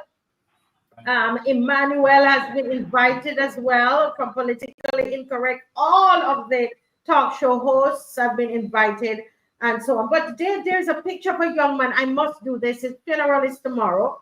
And he is a son. He's a son of one of our viewers. Very, very. Dave, I don't know if you see it there. If you could put it up for me. And I wanted to put it up. I was trying to find the right moment. Let me just resend it to you so that you can get it up. And we just want to send our condolences to this family. The young man is Kevin Antonio Miller. He's called Shats. I think we have it there. And the funeral will be held on December 28th at the Column Church of the Nazarene at 10 a.m. And this young man, actually, Mr. Murray, he had an accident at work. He was working and the equipment, something fell on him. And, and so we want to, I don't know if I can mention the name of the mother, because I'm trying not to, but we want to recognize that this has occurred. And she's a very, very strong supporter of the Marcia Week show and also of the marches and so on. We had 17 marches this year, and I'm sure she was at most of those marches. And we want to remember him. Yes. My comment would be to recommend that the family gets a good lawyer to protect the family's interest in his death. And don't treat it as just an accident. At work, that has implications. Safety and health, all kind of stuff. Negligence, and the family should go after getting somebody look into their best interests. Yeah. Correct. Okay. Yes. Okay. Yes. So this is a kind of a good tribute that you made. The man was at work. Come on. Yeah. But so we send this out to our sister and our friend. Our condolences to our sister, his mother, Mrs. Miller. We send out our condolences to her and the entire family and his daughter and so on. Okay? God bless you all. Thank See you you all tomorrow night. for joining. Have a good night. I will. Murray, and thank you, Miss Thank you. McQueen. No problem. You answered the call. Thank you so very much. And God bless you all. And see you tomorrow evening. Tomorrow evening at 7 o'clock. Go ahead, Dave. Good night. Good night. Suspend the constitution, lawlessness out of hand. And under this constitution, there's no proper prosecution. It look like this constitution is not for the law-abiding man. Only criminals and crooks to get them off of the hook. Good people must have no fun. They have to be on the run, ducking from bandits, bullets and guns. While they're making a mockery of democracy, violating the law with impunity, and some legal entity defend them with alacrity, while they're making a mockery of democracy. Oh my! Oh, oh, oh, oh, oh.